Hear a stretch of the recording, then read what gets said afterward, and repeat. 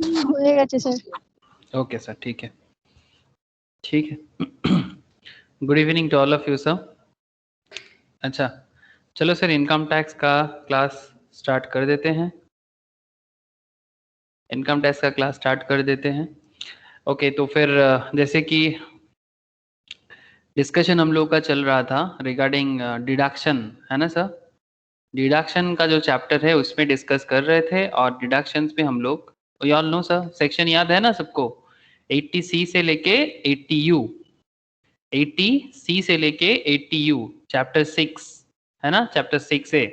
तो बेसिकली ये जो डिडक्शंस का चैप्टर है, यहाँ पर सबसे इम्पोर्टेंट क्या हो जाता है सर, कि सबसे इम्पोर्टेंट जो है वो मैंने लास्ट क्लास में डिस्कशंस आप लोगों के साथ कर चुका था। आज फिर से डिस्कस करने वाले हैं सर। बहुत सारा सेक्शंस है 80C से लेके 80U तक, और ईच एंड एवरी सेक्शंस में ही बात हो रहा है, ईच एंड एवरी सेक्शन में ही बात हो रहा है। तो देखते हैं सर, बाकी जो सेक्शन है उसमें बात तो आज करेंगे। जैसे लास्ट दिन आप लोगों को याद होगा सर, लाइफ इंश्योरेंस प्रीमियम वगैरह का जो एरिया था, 80D में जो हेल्थ इंश्योरेंस का, मेडिकल इंश्योरेंस का कॉन्सेप्ट था, ठीक है। फिर एजुकेशनल इंस्टीट्यूशंस में बच्चे का खर्चा के बारे में जो डिडक्शंस का एरिया था, काफी सारा वाइटल कॉन्सेप्ट हम लोगों ने लास्ट क्लास में पढ़ा था। मतलब कॉन्सेप्ट ये है कि कॉन्सेप्ट कुछ ऐसा है कि हम लोग इनकम तो टोटल करते हैं, फिर उस इनकम से कुछ डिडक्शंस हमें मिल जाता है जो मेरा इनकम टैक्स को कम कर देता है। एक सर चैप्टर वाइज डिडक्शंस या एग्जेम्पशंस होता है जो चैप्टर के सेक्शंस में बताया जाता है। जैसे कि you all know sir, 5 heads of income है ना। There are 5 heads of income. One is आपका, आप लोग जानते हो, salary head, BP head, HP head, capital gain head and other source head. अब हर एक चैप्टर का अलग अलग एग्जेम्पशन डिडक्शंस का एरिया है, ठीक है। सेक्शन 10 का एक डिडक्शंस का एरिया है, बट ग्रॉस टोटल इनकम, मतलब एक बार पूरा का पूरा इनकम टोटल कैलकुलेट हो जाए उसके बाद डिडक्शंस देने का भी मौका इनकम टैक्स डिपार्टमेंट देते हैं। उस डिडक्शंस को हम लोग 80C से लेके 80U सेक्शंस के अंदर इनकम टैक्स एक्ट 1961 के अंदर पढ़ रहे हैं, और उसी में डिस्कशन चालू है। एक क्वेश्चंस भी हम लोगों ने किया था, ठीक है। तो चलो सर आगे बढ़ते हैं। अच्छा, इन द मीन टाइम मैं थोड़ा सा देख लेता हूँ, किसी का थोड़ा प्रॉब्लम है, एक बार उसका ज्वाइनिंग प्रॉब्लम को देख लेते हैं सर, क्या किया जा सकता है। जस्ट দাদা सेकेंड। हाँ बोलो सर। শুনতে পাচ্ছ? হ্যাঁ পাচ্ছি শুনতে, বল। না, মাঝে নো ইন্টারনেট হয়ে গেছিল, আমি জয়েনই করতে পারছি না। ও না, আমি পাচ্ছি তো শুনতে। ঠিক আছে। ওকে।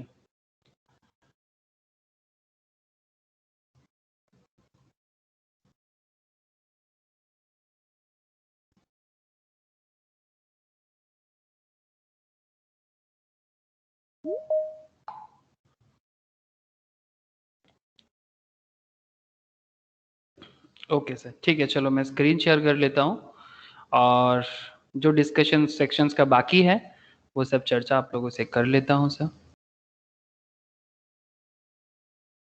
अच्छा, फिर से एक बार कंफर्म कीजिएगा कि कंफर्म ये करना कि आपका स्क्रीन शेयर हुआ है कि नहीं हुआ है। हाँ sir. Okay sir. Ditsa, good evening Ditsa. Good evening sir. Good evening. Okay, ठीक है।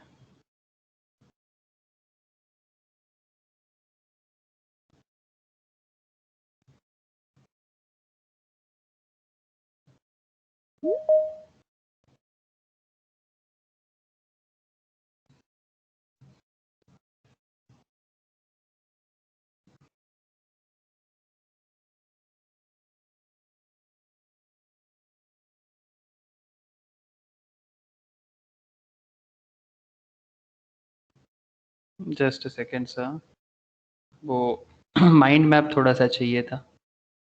तो ये देखो सर, अब लोग को माइंड मैप दिख रहा है ना सर डिडक्शंस का। हाँ पर यस सर। ओके सर, ठीक है। तो जैसे कि आप लोगों को बताएं, आज किसको इतना प्रॉब्लम हो रहा है सर। रोशनी का बहुत नेटवर्क इश्यूज लग रहा है आज। डोंट नो, रोशनी का इतना प्रॉब्लम तो होता नहीं है। হ্যাঁ দাদা, খালি সামওয়ান রিমুভ ডিউ দেখাচ্ছে বারবার। তো নেটের ইস্যু আছে কিছু একটা, আর নাহলে ডেটা আছে তো। হ্যাঁ আছে। অনেক সময় ডেটা না থাকলেও এরকম হয়। রিমুভ তো কেউ না করবে আছে। না। তাহলে কিছু নেটের ইস্যু হচ্ছে মনে হচ্ছে। ওকে, ঠিক আছে, দেখো। ঠিক আছে, যদি বেশি প্রবলেম হয় তো আমি পরে শেয়ার করে দেবো, ঠিক আছে।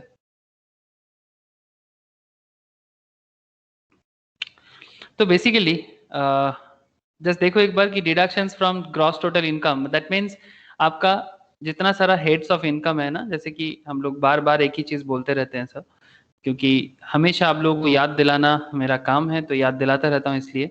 जैसे आप लोगों को पता होगा ना, 5 हेड्स ऑफ इनकम में से जो भी इनकम आपका होगा, क्योंकि यहाँ पर मैं अभी कंप्लीट सम्स तो कर नहीं रहा हूँ, जैसे कि प्रीवियस क्लास में एक क्वेश्चन आप लोगों को मैंने सॉल्व करवाया था। जैसे क्वेश्चंस में ऑलरेडी ग्रॉस टोटल इनकम दे के रखा था, याद है? ये देखो सर, दिख रहा है ना सर? सर बोलो ना एक बार, दिखाई दे रहा है आप लोगों को? तो ये 8 लाख का कैलकुलेशंस कई बार हम लोगों को करना पड़ता है, ठीक है। जब हम लोग कंप्लीट सम्स करेंगे तो आप लोगों में और अच्छे से बता पाऊंगा। जैसे कि अलग अलग हेड्स ऑफ इनकम होता है, ठीक है, अलग अलग हेड्स ऑफ इनकम होता है, और सारा का सारा हेड्स का जो भी कैलकुलेशन है, जैसे कि जिन लोगों ने रिसेंट में आदर सोर्स किया है ना सर, रिसेंटली किसी ने आदर सोर्स किया, उससे पहले जिन लोगों ने करके रखा है लाइक सैलरी करके रखा है, oh sorry just a second sir, there is a salary head, there is a business and profession head, house property head, आपका capital gain head and income from other source head. तो basic concept एकदम simple है, आपका जो भी heads है उस head से आप जो भी इनकम करते हो, सारा का सारा इनकम, अच्छा इनर हेड, हेड के अंदर भी एडजस्टमेंट होता है, मतलब उसके अंदर भी डिडक्शंस एग्जेम्पशंस का काफी सारा सेक्शंस रहता है, ठीक है। वो सब तो एडजस्टमेंट करने के बाद ही आपके पास जो इनकम होता है ना सर, उसको हम लोग ग्रॉस टोटल इनकम कहते हैं, ठीक है। जो भी हेड से आपका अलग अलग हेड से आप जो भी इनकम करते हो, उस इनकम को करने के बाद आपके पास जो बचा रहता है दैट इज जीटीआई। तो जैसे कि प्रीवियस क्वेश्चंस में हम लोग वो नहीं कैलकुलेट कर रहे थे, हमें डायरेक्ट क्वेश्चंस में गिवन था कि 8 लाख का इनकम है, और आपको कुछ डिडक्शंस के बारे में बोल के रखा था, जैसे कि contribution to provident fund, payment to tuition fees of APJ school new Delhi का एक क्वेश्चन था, जिसमें 45,000 अपने बच्चे के स्टडी के लिए क्लास 11 में भर्ती के लिए डाल दिया था, खर्चा किया था पेरेंट्स ने। Repayment of housing loan taken from SBI, तो ऐसा बहुत सारा था। Contribution to approved pension fund, जिसका कैलकुलेशन हम लोगों ने करके रखा था। उसके साथ साथ हम लोगों ने काफी सारा एरिया में डिस्कस किया था। तो एग्जैक्टली मेरा कहने का मतलब बड़ा सिंपल है sir, deduction in respect of certain payments, आप कुछ पेमेंट्स करते हो और उसके बदले आपको डिडक्शंस मिलता है। फिर जिसके बारे में 80C, 80CCC, 80CCD, 80D, 80DD, 80DDB, 80E and 80EE तक हम लोगों ने ऑलमोस्ट डिस्कशंस कर चुका था। आज मैं आप लोगों को 80EA, 80EB, ठीक है, 80G, 80GG, 80GGA, 80GGB, 80GGC, don't worry sir, याद आ जाएगा सेक्शन उसका। अच्छा, ये सब था पेमेंट्स के रिगार्डिंग का सेक्शंस। फिर आपके सामने और एक ऑप्शन आएगा, deduction in respect of certain incomes. आप कुछ इनकम करोगे तो भी आपको डिडक्शंस मिलेगा, जैसे कि सेक्शन 80JJAA, 80JJAA, ठीक है, JJAA, 80RRB, 80QQB, इनकम करोगे उसका डिडक्शंस, ठीक है। फिर आपके सामने और एक आएगा sir, deduction in respect of other income, जिसके बारे में TTA, ठीक है, बड़ा ही फेमस सेक्शन है। TTB अनदर फेमस सेक्शन, ठीक है, 80 TTA and TTB and other deductions में कुछ आता है जैसे कि 80U, ठीक है। तो basic concept is simple sir, हम लोग आज कोशिश करेंगे कि बाकी जो सेक्शंस है उसको एक बार कवर कर लूं, ठीक है, ताकि हम लोग नेक्स्ट क्लास में सिर्फ क्वेश्चन ही क्वेश्चन सॉल्व कर पाए। बिकॉज अल्टीमेटली एक बात तो आप सबको समझ में आ ही गया sir, income tax is all about provisions, है ना। अगर प्रोविजंस पता है तो फिर क्वेश्चंस करने में दिक्कत नहीं होता। बहुत केस में मैंने देखा, बहुत मतलब स्टूडेंट्स के साथ मैं देखता हूँ कि they always try to solve the question. जब भी उनको क्वेश्चन मिल जाता है ना, उनको ऐसा फील होता है अरे भाई प्लस माइनस ही तो करना है, इसमें क्या बड़ी बात है। लेकिन एक्चुअल प्रॉब्लम क्या हो जाता है सर, प्लस माइनस से तो इनकम टैक्स बनता नहीं है ना, इनकम टैक्स बनता है प्रोविजंस के बेसिस पे। अगर आपको प्रोविजंस में ही ग्रिप नहीं है तो फिर आप प्लस माइनस, प्लस होगा माइनस होगा इंटू होगा डिवाइड होगा, जो भी होना है वो तो बेसिक मैथ्स है, उसमें तो कुछ है ही नहीं, ठीक है। प्लस माइनस डिवाइड और मल्टीप्लीकेशन यही तो होना चाहिए, और तो कुछ है नहीं, कोई अलजेब्रा तो यहाँ पर होता नहीं है। लेकिन पॉइंट इज दैट आपको प्रोविजंस को चंगा करना है, सिंपल बात है। प्रोविजंस चंगा तो फिर इनकम टैक्स भी चंगा। सर चंगा समझते हो ना? अरे वो पंजाबी में बोलता है ना, सब चंगा है ना, तो वही, तो उसमें वो लोग पंजाबी टर्म में और भी अच्छे से कुछ बोलते होंगे, मुझे इतना नहीं आता। ठीक है सर। सर बहुत हो गया, चलो सर आगे बढ़े। बहुत हुआ डिडक्शंस का डिस्कशंस, लेकिन सर खत्म तो नहीं हुआ ना, बताना तो पड़ेगा। ओके, तो कहाँ चले कहाँ चले कहाँ चले? ओके चलो सर, डिडक्शंस का बाकी जो सेक्शन है उस पर डिस्कस करते हैं, फिर कुछ क्वेश्चंस भी करने का इच्छा है सर। ऑब्वियसली क्वेश्चंस बिना मन नहीं भरता, तो वो भी मैं आज एक ट्राई करूंगा क्वेश्चंस करवाने का। आई होप सर आप लोगों को याद है ना सर 80C का एरिया। हाँ, आज कुछ क्वेश्चंस में मैं 80C का कुछ और स्पेशल पॉइंट्स है जिसको मैं क्वेश्चंस करा के सॉल्व कराऊंगा आप लोगों को। 80C याद आ रहा है ना सर? हाँ सर बोलो ना। 80C जिसमें लाइफ इंश्योरेंस का एरिया था, 80CCC जिसमें पेंशन फंड के बारे में कहा है, लेकिन 80CCD जिसमें आपका contribution to pension scheme of central government के बारे में कहा गया है। फिर हमारे सामने ऑप्शन आया था सर 80CCE का, और 80CCE हमें सब कुछ कंबाइन करके 80C, 80CCC, 80CCD सबसेक्शन 1 सब कुछ कंबाइन करके मैक्स टू मैक्स 1.5 लाख तक का डिडक्शंस देने के लिए लिमिट बांध के देता है। ठीक है, तो इस तरह का कॉन्सेप्ट हम लोगों ने लास्ट क्लास में डिस्कशंस किया था। फिर हमारे सामने ऑप्शन आया था 80D का। आज मैं 80D का की कुछ क्वेश्चंस रेडी किया जिसमें 80D का ट्रांजैक्शंस है, तो देखोगे सर कि 80D आप लोग कितना अच्छे से याद किए होंगे। तो 80D का एक कॉन्सेप्ट बहुत ही वाइटल कॉन्सेप्ट माना जाता है। 80DD maintenance including medical treatment of A dependent disabled, ये भी एक अच्छा पॉइंट था सर, ये भी एक अच्छा पॉइंट था। अगर आप लोग याद रखे हो तो बहुत अच्छा, और अगर भूल गए तो बहुत अच्छा सर, अगर भूल गए होंगे तो भी बहुत अच्छा, नहीं बोल सकते। 80DDB दवा दारू याद आ गया सर, deductions for medical treatment of specified disease और एलिमेंट्स। ठीक है, तो ये था DDB। 80E interest on loan taken for higher education. हाँ सर, यहाँ तक हम लोगों ने डिटेल्स चर्चा किया था।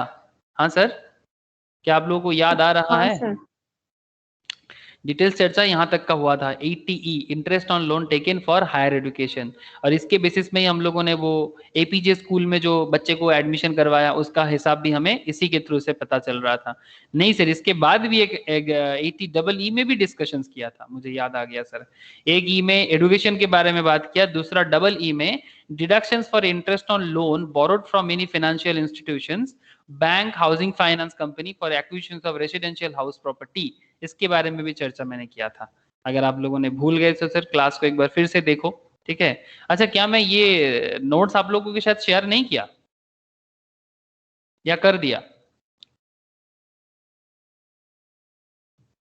हाँ सर, क्या ये डिडक्शंस का नोट्स आप लोगों के साथ शेयर कर दिया ना मैंने? हाँ सर। ओके सर,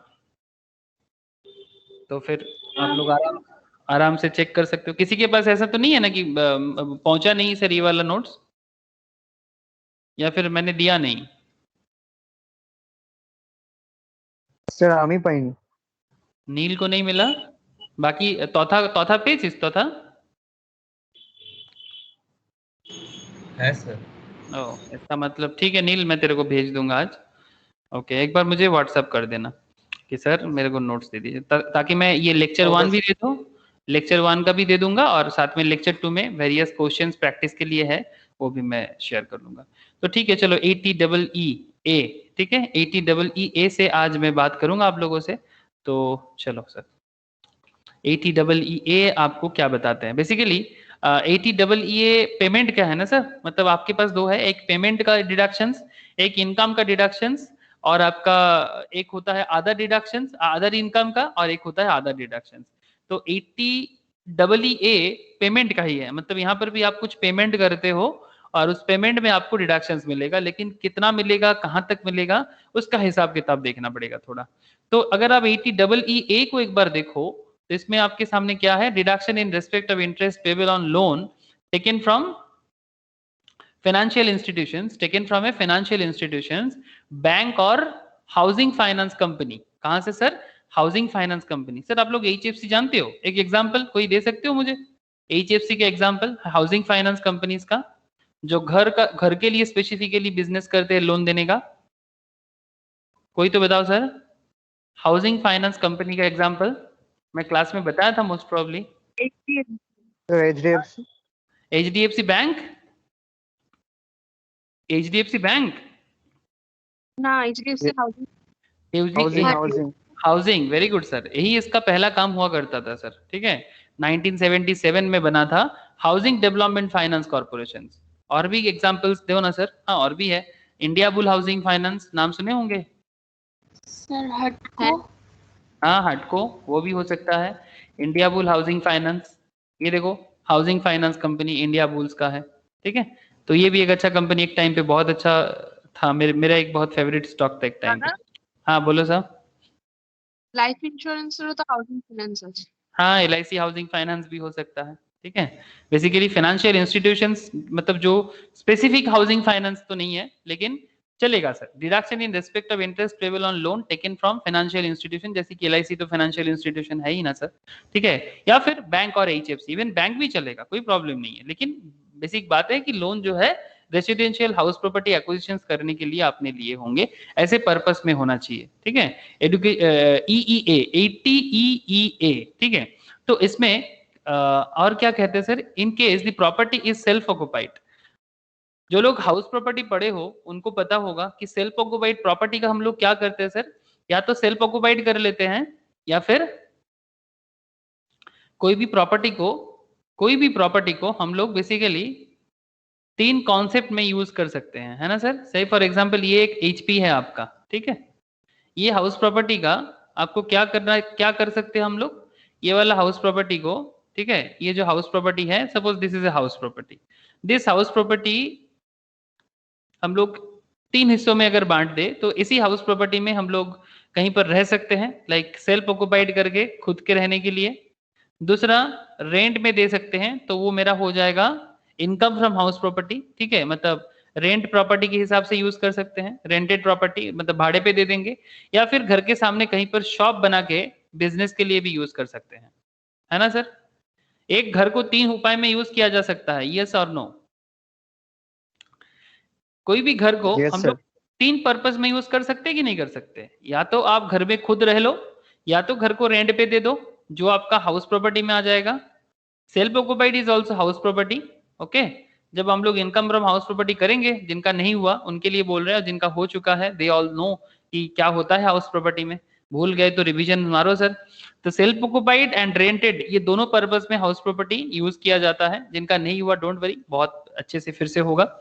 और B&P that is business and profession, ठीक है। मतलब एक पार्ट अगर आप इसमें दुकान बना के बैठते हो तो वो आपका BP में चला जाएगा, बिजनेस एंड प्रोफेशन के। Self occupied and rented part जो है, self occupied and rented part house property में आ जाएगा, और बाकी जिसमें आप बिजनेस या दुकान ओपन करके बैठते हो वो आपका BP में चला जाएगा, आपका खुद का बिजनेस कहीं पर अगर आप मेंटेन करते हो तो यहाँ पर क्या बोल रहे sir, in case the property is self occupied, the deductions would be over and above the deductions of rupees 2 lakh under section 24। ये 24 जो सेक्शन है ना, ये हाउस प्रॉपर्टी का ही सेक्शन है। ये सेक्शन हाउस प्रॉपर्टी का ही सेक्शन है। जिन लोगों ने हाउस प्रॉपर्टी करके रखा, याद है कि हम लोग इंटरेस्ट ऑन लोन टेकन करते हैं और उसमें मैक्सिमम 2 लाख तक का डिडक्शंस मिलता है। याद आ रहा है क्या? 30,000 भी होता है, 2 लाख भी होता है। हाँ ठीक है, वही वाला 2 लाख के बारे में बात कर रहे हैं यहाँ पर, ठीक है, वही वाला 2 लाख। तो deduction would be over and above the deduction of rupees 2 lakh under section 24 in case the property is self occupied. अगर आप उस घर में खुद रहते हो, the deductions would be over and above the deduction of rupees 2 lakh under section 24, जो house property का सेक्शन है।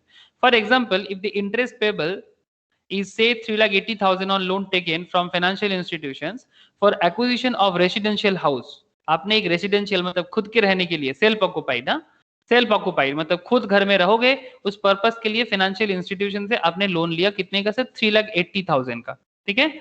2 lakh can be claimed as deduction under section 24B, जो हाउस प्रॉपर्टी में जाएगा। मतलब बेसिकली जब हम लोग हाउस प्रॉपर्टी चैप्टर करेंगे, या फिर जिन्होंने करके रखा उनको पता है कि 24 सबसेक्शन B में 2 लाख तक का डिडक्शन मिलता है, ठीक है। ये स्टैंडर्ड है, ठीक है, मतलब सॉरी इंटरेस्ट ऑन लोन का सिस्टम है, तो ये वहां पर as per section 24 subsection B मिल जाता है। अब सवाल क्या है सर, आपने लोन लिया 3,80,000 का, आपने लोन कितना लिया? 3,80,000 का। अच्छे से सुनो बात को। हाउस प्रॉपर्टी में 2,24,000 सबसेक्शन बी में आप डिडक्शंस ले लेना मैक्स टू मैक्स, ठीक है। तो फिर आगे क्या बोल रहा है, and 1,50,000 lakh as deductions under section 80EE। 80EE मतलब ये जो सेक्शन चल रहा है इसमें आप 1,50,000 तक ले सकते हो। Even though for let out property, अगर आप प्रॉपर्टी को भाड़े पे लगा देते हो, ठीक है, देयर इज नो लिमिट, मतलब सेल्फ ऑक्युपाइड के केस में 2 लाख का लिमिट है, बट अगर आप प्रॉपर्टी रेंट पे देते हो, मतलब वही आपका काम है हाउस प्रॉपर्टी बनाना और लेट आउट करना, उसमें अंडर सेक्शन 24 में कोई लिमिट नहीं है, जितना लोन रीपे करोगे उतना तक डिडक्शन ले सकते हो, ठीक है। By virtue of section 71 subsection 3 है setup of loss from house property. अगर हाउस प्रॉपर्टी में किसी को लॉस होता है, अगर हाउस प्रॉपर्टी में किसी को लॉस होता है, अगर हाउस प्रॉपर्टी में किसी को लॉस होता है तो उसमें सेट ऑफ जो होता है ना sir, set of and carry forward मैं डिस्कस करूंगा, ऐसे पहले भी मैंने कभी किया है बट फिर से करूंगा sir. Setup of loss from house property against any other head of income is restricted to ₹2 lakh. मतलब हाउस प्रॉपर्टी का लॉस जो है उसको हम लोग 2 लाख तक एडजस्ट कर सकते हैं, इससे ज्यादा एडजस्टमेंट नहीं होता। Hence the excess interest payable can be claimed, but अगर आप एक्सेस इंटरेस्ट पे करते हो तो वो क्लेम हो सकता है under section 80EE subject to fulfilment of prescribed condition. Subject to fulfilment of prescribed condition मतलब जो भी 80EE का जो भी कंडीशंस है, अगर वो कंडीशंस फुलफिल हो जाए सर, अगर कंडीशंस फुलफिल हो जाए तो 80EE में आप क्लेम कर सकते हो। तो बात एकदम सिंपल है, ठीक है, बात एकदम सिंपल है। 80EE में आप कहां तक का डिडक्शंस ले सकते हो? सिंपल बात है सर, आप हाउसिंग फाइनेंस कंपनी जैसे मानो कि HDFC, ठीक है। Good evening Ziaul. हाँ सर, जस्ट अभी खत्म हुआ, हम हाँ मैं समझ गया रे। पैक करके ही तुरंत आए हम, ये 1 अरे सेकंड ही। बहुत बढ़िया है सर, चलो ठीक है, हम लोग भी एक ही सेक्शन अभी तक डिस्कस करें, ठीक है। तो फिर बाद में जब तू चेक करेगा ना इसको, मैं वीडियो शेयर करूंगा, तो बस 80EE को ही एक बार चेक कर लेना। ऐसे तो मैं अभी समझा रहा था 80EE को, बट अभी भी मैंने इसका कंक्लूजन नहीं लिया, तो अभी कंक्लूजन नहीं जा रहे 80EE का। तो 80EE में अगर आप लोन लेते हो, ठीक है, अगर आप लोन लेते हो तो उस लोन के बदले आपको क्या मिलेगा? उस लोन के बदले आपको डिडक्शंस मिलेगा, ठीक है। लेकिन सर ऐसे तो हाउस प्रॉपर्टी लोन में आपको डिडक्शंस हाउस प्रॉपर्टी का जो हेड है वहां पर आपको मिलता ही है।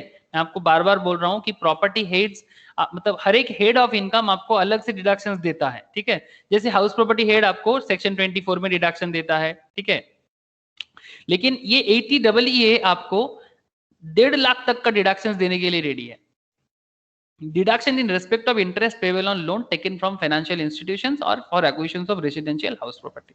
Deduction of up to 1,50,000 would be allowed in respect of interest payable on loan taken from a FI or for acquisitions of house property. Conditions क्या है, कब आपको 1.5 लाख तक का डिडक्शंस मिलेगा? कंडीशंस देख लो, ये कंडीशंस अगर फुलफिल नहीं होता है ना तो फिर आप डिडक्शंस ले नहीं सकते। Loan should be sanctioned by a financial institution during the period between 1st April 2019 to 31st March 2021. 1 अप्रैल 2019 से लेकर 31 मार्च 2021 तक के बीच में आपको लोन सैंक्शन किया होगा। Stamp duty value of the house property 45 lakh equal या 45 लाख के समान हो, उससे 45 लाख मतलब less than equals to, simple बात है, मतलब या तो 45 लाख या तो 45 लाख के कम, उससे ज्यादा होगा तो नहीं चलेगा। हाउस प्रॉपर्टी का स्टैम्प ड्यूटी वैल्यू मतलब जो गवर्नमेंट को जाता है sir. Individual should not own any residential house on the date of sanction of loan, मतलब जिस दिन आपको लोन सैंक्शन किया जा रहा है उस पर्टिकुलर टाइम पे आपके नाम पे कोई दूसरा हाउस प्रॉपर्टी नहीं होना चाहिए, ठीक है। And individual should not be eligible to claim deduction under section 80EE, ठीक है। The individual should not be eligible to claim deduction under section EE, मतलब ये जो EE हम लोगों ने प्रीवियस डे में पढ़ा था, this one, deductions for interest on loan borrowed from any financial institutions, bank, housing finance companies for acquisitions of residential house property. ये याद है ना सर, EE, इसमें आपको 50,000 तक का डिडक्शंस मिल रहा था इन respect of interest on loan taken from a financial institutions. Condition क्या था? Loan should B sanction during previous year 16-17, okay. Loan should B sanction should be previous year 16-17, और लोन का वैल्यू क्या था? लोन सैंक्शन 35 लाख के equal या कम होना चाहिए, and value of house 50 lakh से कम होना चाहिए, एंड एसएससी के पास दूसरा कोई रेसिडेंशियल प्रॉपर्टी नहीं होना चाहिए लोन सैंक्शन के टाइम पे। तो 80EE और 80EEA कॉन्ट्राडिक्ट कर रहा है, इसीलिए आप अगर 80EE यूज करोगे तो 80EE आपको नहीं मिलेगा। ठीक है, बात समझे सर? अगर आप 80EE यूज कर लेते हो तो फिर 80EE आपके लिए अवेलेबल नहीं है। The individual should not be eligible to claim deduction under section 80EE। बोलो सर, बात समझ में कुछ आया? 80EE का केस बेसिकली कॉन्सेप्ट बड़ा ही सिंपल है। 1.5 लाख तक का डिडक्शंस आपको अवेलेबल है। यहाँ पर हमारे यहाँ पर एग्जाम्पल में एक एग्जाम्पल भी था। 3,80,000 का आपने इंटरेस्ट फॉर लोन लिया था घर एक्विजिशन करने के लिए, बनाने के लिए भी चलेगा।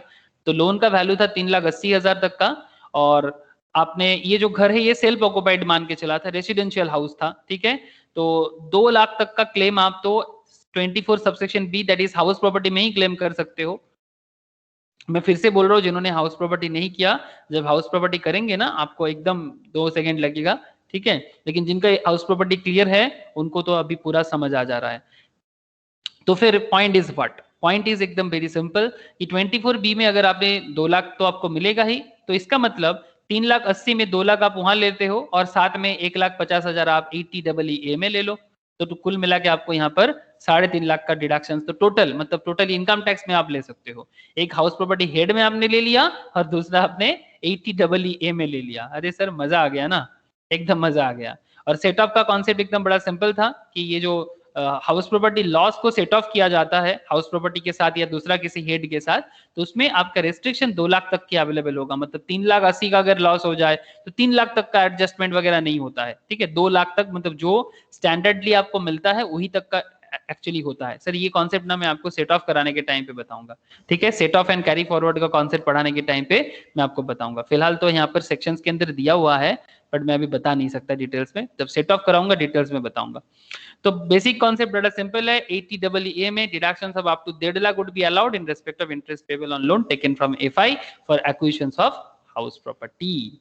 बस याद रखिएगा 1 अप्रैल से लेके 31 मार्च 1 अप्रैल 19 से लेके 31 मार्च 2021 के बीच में घर लेना जरूरी है, और स्टैम्प ड्यूटी वैल्यू घर का 45 लाख के इक्वल या उससे कम होना चाहिए, और 80EE में आपका कोई डिडक्शंस नहीं होना चाहिए। लोन सैंक्शन के टाइम पे आपके पास दूसरा कोई रेसिडेंशियल प्रॉपर्टी नहीं होना चाहिए, तभी जाके 80EE में आपको 1.5 लाख तक का डिडक्शंस अलाउड होता है।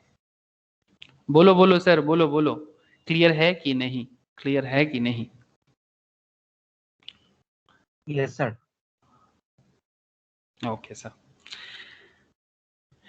सबको क्लियर है ना? हाँ सर, नील ने बोला, बाकी लोगों से भी पूछना चाहूंगा। हाँ सर। ओके ठीक है।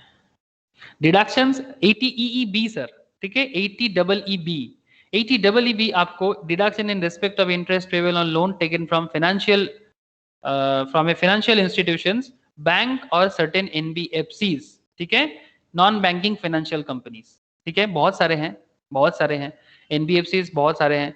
सर्टेन मतलब कुछ स्पेसिफिक नाम अगर आपको बोल देता है तो उसी की वहां से लोगे तो मिलेगा। ठीक है, वो डिपेंड करता है, NBFCs का लिस्ट देखना पड़ेगा, करेंटली नॉन नेसेसरी, बस कॉन्सेप्ट समझ लो। ठीक है, NBFCs का एग्जांपल्स बहुत सारे होते हैं, जैसे कि श्रीराम ट्रांसपोर्ट, ठीक है, Shriram transport finance, Cholamandalam finance, नाम सुने हो सर?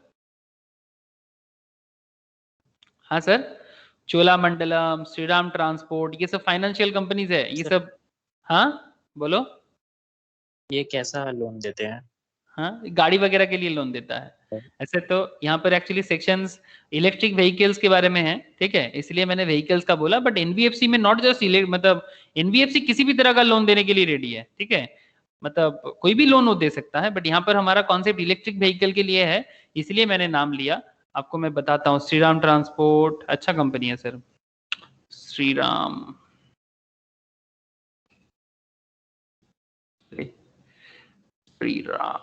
Transport finance.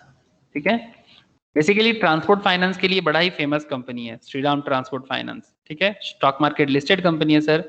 लास्ट 1 साल में आप इसका बिजनेस का ग्रोथ भी देख सकते हो।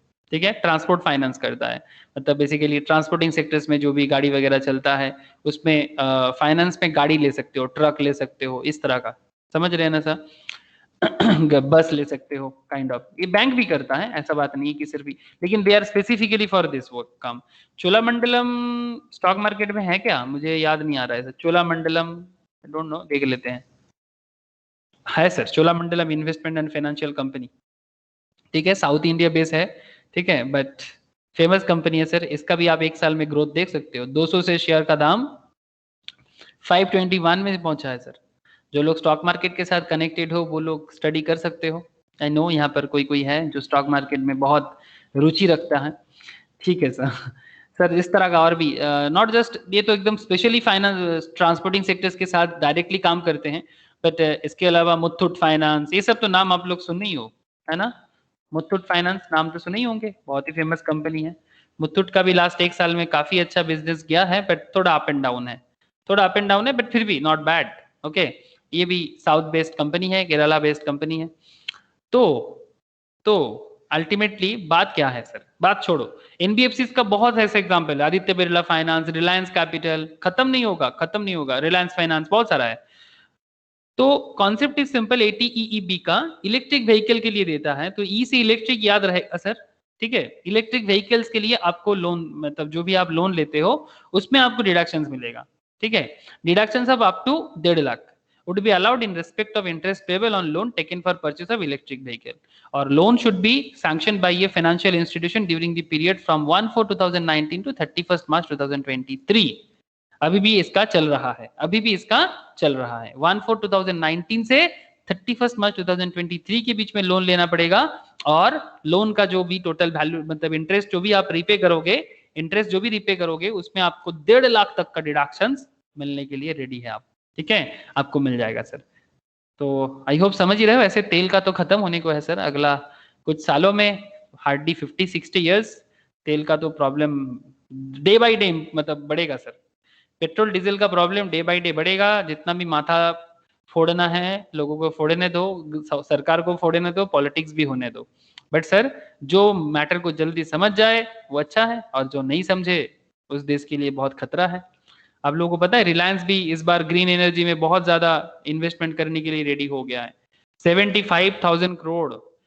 अदानी तो था ही ग्रीन सेक्टर्स में इंडिया का लार्जेस्ट रिन्यूएबल एनर्जी कंपनी था अदानी, अब रिलायंस भी आ गया है सर, अब तो टक्कर देखने को मिलेगा, ठीक है। अदानी ग्रीन देख सकते हो आप लोग, अदानी ग्रीन ये इंडिया का लार्जेस्ट मतलब रिन्यूएबल एनर्जी कंपनी है। अपर सर्किट हिट हो गया होगा आज, इसलिए थोड़ा सा दिख रहा है, जो भी हो इसका थोड़ा भी अदानी को लेके बहुत चर्चा चल रहा है, but what ever be the concept, but Adani green energy ये इंडिया का रिन्यूएबल एनर्जी में सबसे ज्यादा इनके पास प्राइवेट लेवल में काम हो रहा है, गवर्नमेंट का भी अपना है। ऐसे रिलायंस भी आ गया है, 75,000 करोड़ इस बार के एनुअल जनरल मीटिंग में बोला है रिलायंस ने कि वो इन्वेस्टमेंट करेगा renewable and green energy sectors में। इसका मतलब आप समझ जाओ कि धीरे धीरे देश का भविष्य किस तरफ जा रहा है, ठीक है। तो इसीलिए हम लोग हमेशा सोचते रहते हैं कि जिसके पास इकोनॉमी का खबर हो, जिसके पास स्टॉक मार्केट का खबर हो, वो हमेशा हर चीज को इजीली समझ सकता है। बेसिक मेरा कहने का मतलब बड़ा सिंपल है, इलेक्ट्रिक व्हीकल पे क्यों डिडक्शंस दे रहा है, इसके पीछे का अगर कॉन्सेप्ट पता चल जाए तो याद बहुत इजीली हो जाता है कि क्यों ईई में मतलब EEEB में हमें डिडक्शंस मिल रहा है, इसके पीछे का बजट ढूंढ लो सर, मजा आ जाए। तो बस यही था, याद रखिएगा सर डेट को, ठीक है। 1/4/19 से चालू हुआ है, अब 31 मार्च 2023 तक चलने वाला है। बोलो सर, क्लियर है। ATEEB very very important section.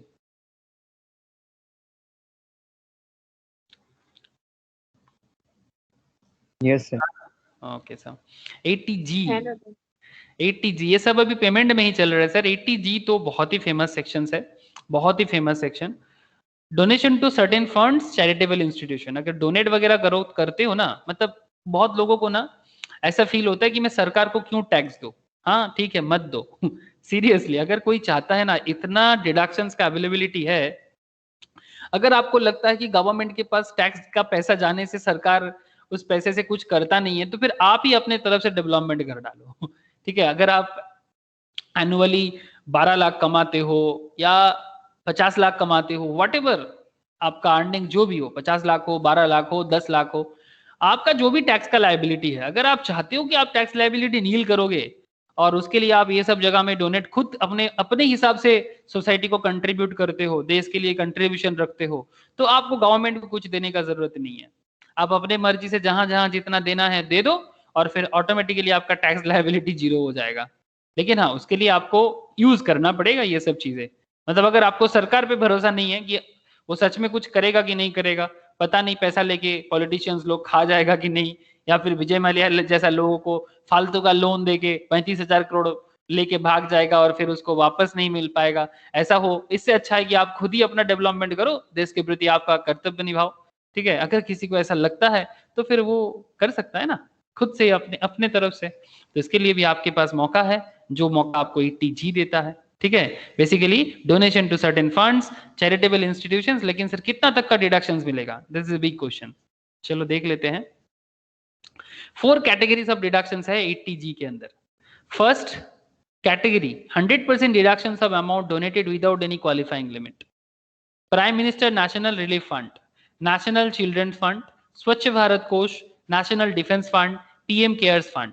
यहां पर दोगे 100% deductions of amount donated without any qualifying limit, without any qualifying limit 100% deductions मिलेगा, जितना दोगे उतना deductions। 50% deductions amount donated without any qualifying limit। ठीक है, 50% जितना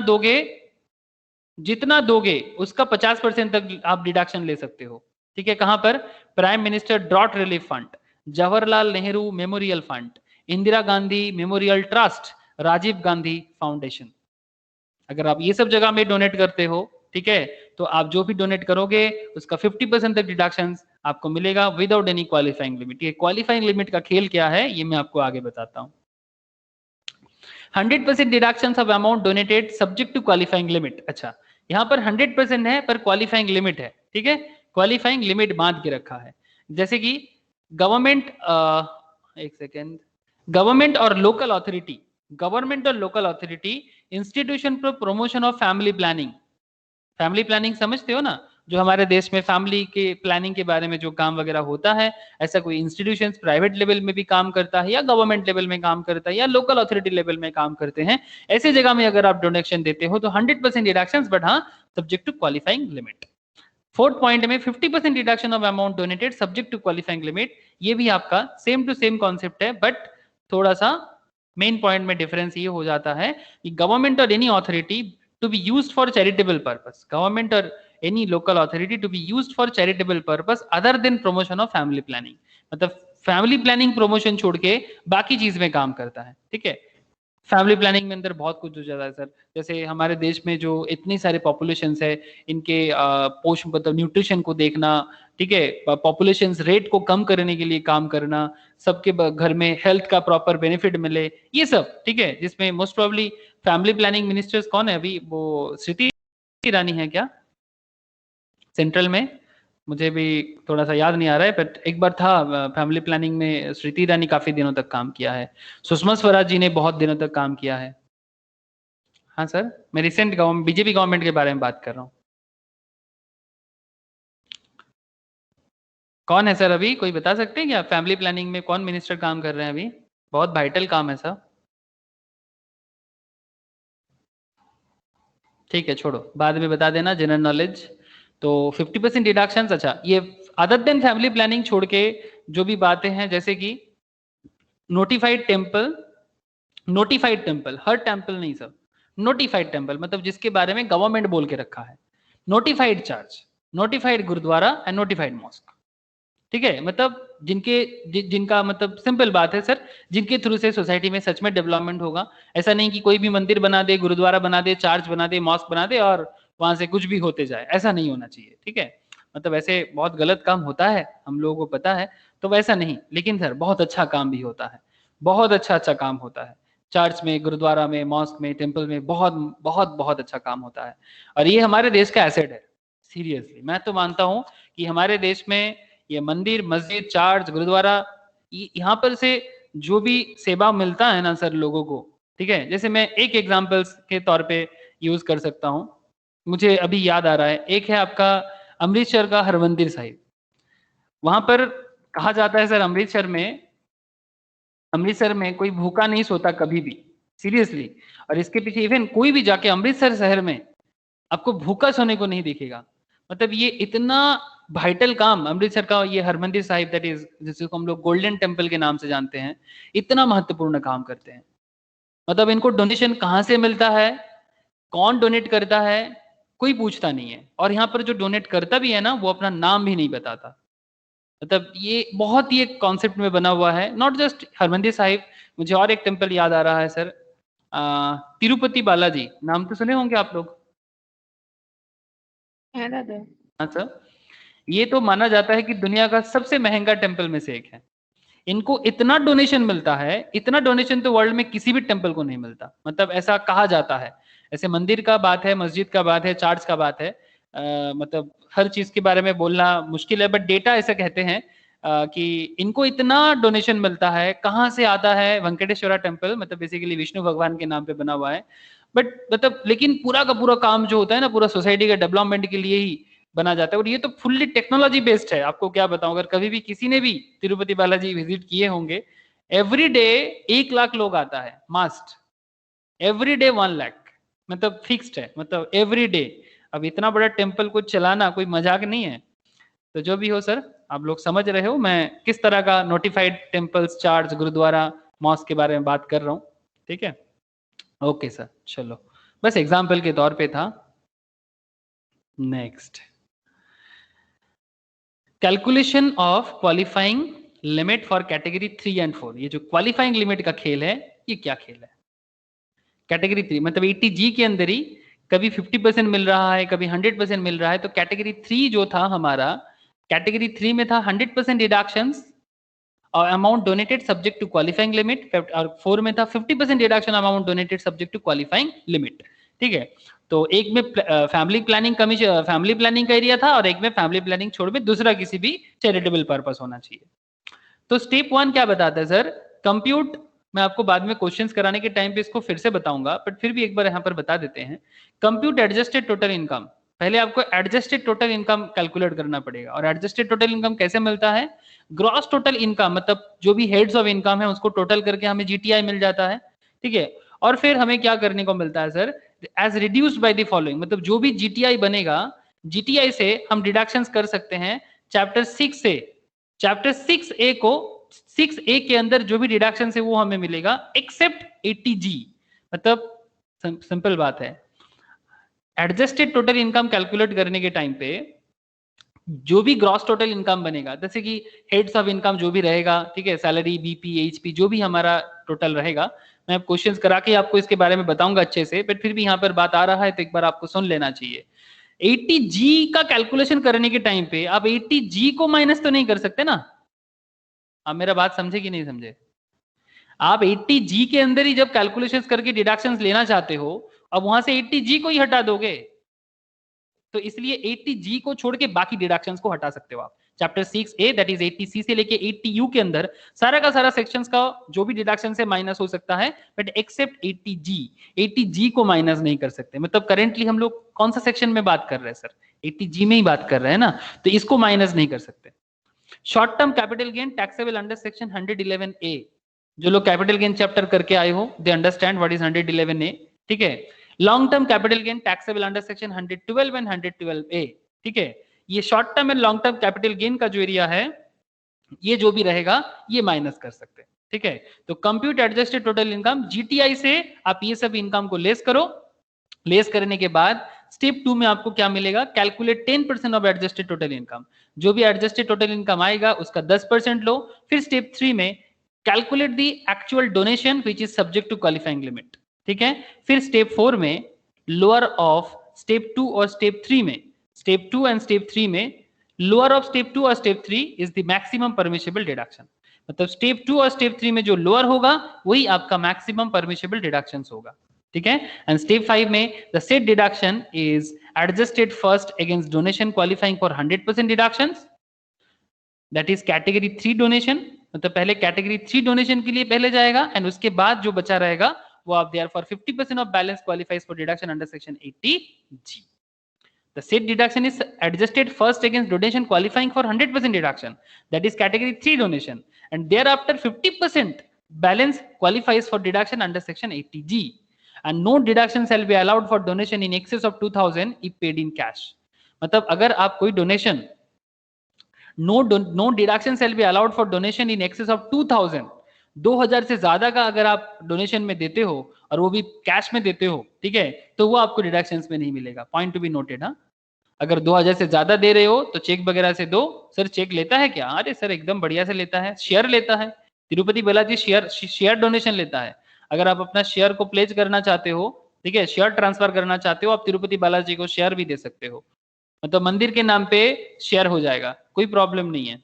ठीक है, मतलब इनके पास chartered accountant, cost accountant, CS का लाइन लगा हुआ है. सीरियसली, इवन तिरुपति बालाजी में एक स्कूल चलता है जो एकदम पुराने दिनों का, मतलब आज से 5000-7000 साल पुराने दिनों में जो वेद का स्कूल चलता था ना सर, वैसा स्कूल भी चलाता है. जो वहां से पास करता है वही इस टेम्पल में आके पुजारी बन सकता है, इसका मैनेजमेंट में पार्ट ले सकता है. और उसके साथ साथ जो चार्टर्ड सीएम में भी इन लोगों के पास रहते हैं जो इतने बड़े ट्रस्ट को चलाने में हेल्प करते हैं. अब आपको मैं क्या बताऊं सर. तो जो भी हो, deduction shall be allowed for donation in excess of 2000 if paid in cash, not allowed. तो सर ये जो स्टेप का खेल है ये शायद आपको अभी पूरा क्लियर नहीं हुआ होगा, बिकॉज हम लोगों ने क्वेश्चंस के थ्रू से सॉल्व जब करेंगे ना तभी मैं आपको पूरा क्लियर कर पाऊंगा. बट हाँ, ये स्टेप आपको एक बार कनेक्ट हुआ, ठीक है. अब पूरा कनेक्ट होने के लिए सॉल्यूशंस जरूरी है. बट फिर भी मैं एक बार आपको बस इतना कहना चाहता हूं कि क्या आप लोगों को थोड़ा बहुत कनेक्शन हुआ? बाकी पूरा कनेक्शन तो क्वेश्चंस करके ही मैं आपको बताऊंगा. बोलो सर, ऐसे समझ तो आ गया ना 80G का खेल क्या है? इतना बता दो सर. हाँ सर. Yes sir. ठीक है, 80G का खेल समझ में आया. अब इस खेल को जब हम लोग प्रैक्टिकल क्वेश्चंस के थ्रू से करेंगे तो फिर और जो भी थोड़ा बहुत ऐसा लग रहा है कि सर थोड़ा प्रैक्टिकल हो जाता, वेट सर, प्रैक्टिकल हो जाएगा, डोंट वरी. अच्छा, 80G, ठीक है. 80G के बाद आ गया सर 80G, ठीक है. तो जीजी में क्या हो जाता है सर? सर इसको हम लोग ना वो जैसे हम लोग फोन का याद रखते हैं ना 2G 3G 4G, वैसे ही याद रखिएगा, ठीक है. 2G 3G 4G 5G लोगों को बोलने का जरूरत नहीं पड़ता, बच्चा याद रखता है. तो आप लोग तो प्रोफेशनल टैक्स कंसल्टेंट बनोगे सर, चार्टर्ड बनोगे, सीएस बनोगे, आप लोगों को तो याद रखने के लिए कोई मतलब मोटिवेशन का जरूरत ही नहीं है, आपको ऐसे ही याद रह जाना चाहिए. Individual not in receipt of house rent allowance. 80G किसके लिए एप्लीकेबल होता है sir? Individual not in receipt of house rent allowance, ठीक है. HRA जो सैलरी में हुआ करता था सर, HRA ये सैलरी का कॉन्सेप्ट था. हाउस रेंट अलाउंस, ठीक है, rent paid for not in receipt of house rent allowance नहीं मिला है. Rent paid for residential accommodation, तो किस पर्पस में आपने पेमेंट किया? रेसिडेंशियल अकोमोडेशन के पर्पस में आपके पेमेंट हुआ, ठीक है. तो इसमें आपको कुछ डिडक्शंस मिलेगा. तो क्या मिलेगा? लीस्ट ऑफ द फॉलोइंग, मतलब इनमें से जो सबसे कम होगा वो आपको डिडक्शंस में मिलेगा, ठीक है. जिनका सैलरी नहीं हुआ, डोंट वरी, सैलरी जब होगा तो तब उसको कनेक्ट करना है. मतलब देखो सर, दो उपाय होता है, या तो उस टाइम पे पढ़ के इसको अभी कनेक्ट करना है, या फिर अभी ये पढ़ लो, बाद में जब चैप्टर पढ़ेंगे उसमें कनेक्ट करना है. कनेक्ट तो आपको करना ही पड़ेगा, या तो चैप्टर पहले करके बाद में डिडक्शंस करो, या तो डिडक्शंस पहले करके बाद में चैप्टर करो, बट कनेक्शन तो जुड़ जाएगा सर, डोंट वरी. तो पॉइंट क्या है सर? हाउस रेंट अलाउंस अगर आपको नहीं मिल रहा है, बेसिकली अलाउंस का मतलब होता है आप कहीं पर भी जॉब करते हो, नौकरी करते हो, ठीक है, तो आपको कंपनी की तरफ से ना अलाउंस मिलता है, जिसको हम लोग हिंदी में या बंगाली में बोलते हैं सर भाता बोलते हैं. अलाउंस का मतलब होता है भाता, ठीक है. मतलब इसको बंगाली में बोलते हैं सर भाता. मतलब ये आपका सैलरी जैसा ही चीज है. अलाउंस जो होता है सैलरी होता है, आपको घर के लिए भाड़ा दे देता है, आपको घर को मतलब rent free accommodation type of दे देता है. तो यहाँ पर कॉन्सेप्ट है कि यहाँ पर बंदे को HRA मिला नहीं है, ठीक है, not in receipt of HRA, और रेंट पेड कर रहा है वो रेसिडेंशियल अकोमोडेशन के लिए, ठीक है. तो इस केस में उसको डिडक्शंस जो मिलेगा that is 25% of total income, rent paid minus 10% of total income and 5000 per month. इन तीनों में से जो सबसे कम होगा वो. No deductions if any residential accommodation is owned by the SSC. अगर SSC का खुद का घर हो, उसका स्पाउस का घर हो, मतलब अपने हस्बैंड का, स्पाउस मतलब तो जानते ही होंगे आप लोग, हस्बैंड की वाइफ, वाइफ की हस्बैंड, ठीक है, ठीक है. तो no deductions if any residential accommodation is owned by the SSC, his spouse, his minor child, Hindu undivided family at the place where he ordinarily reside or perform the duties of his office or employment. मतलब आप जिस शहर में या जिस गांव में नौकरी करते हो, या जिस शहर में या जिस गांव में आप नौकरी करते हो, अगर वहां पर आपका हिंदू अनडिवाइडेड फैमिली का आपके स्पाउस का, आपके माइनर चाइल्ड का, किसी के भी नाम पे अगर कोई घर हो, रेसिडेंशियल हाउस हो, तो इन दैट केस आपको डिडक्शंस नहीं मिलेगा।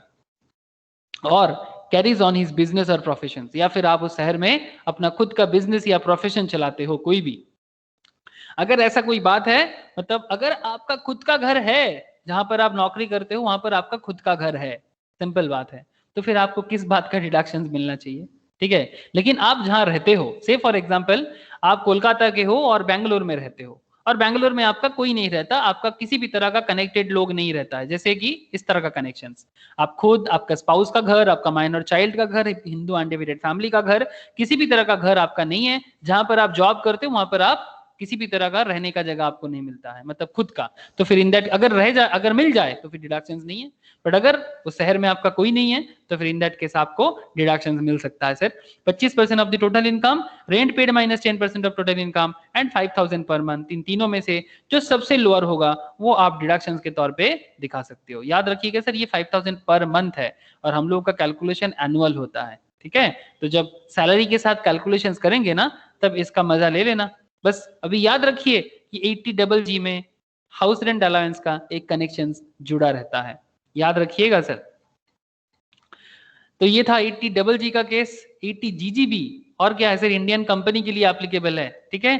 कंट्रीब्यूशन टू पॉलिटिकल पार्टीज, अगर आप इंडियन कंपनी हो, इंडिविजुअल नहीं, any sum contributed by it is to be a registered political party, जैसे कि कांग्रेस, बीजेपी, सीपीआईएम, हाँ समझ सकते हो। इवन वो फुरफुरा शरीफ का पार्टी का नाम क्या है सर, वो फुरफुरा शरीफ का इस बार जो पॉलिटिक्स में सीपीएम के साथ जोड़ बांधा था सर, अलायंस था, क्या नाम है, सेकुलर कुछ नाम था, कुछ समथिंग भूल गया सर, नया न्यू पार्टी बना था इस बार।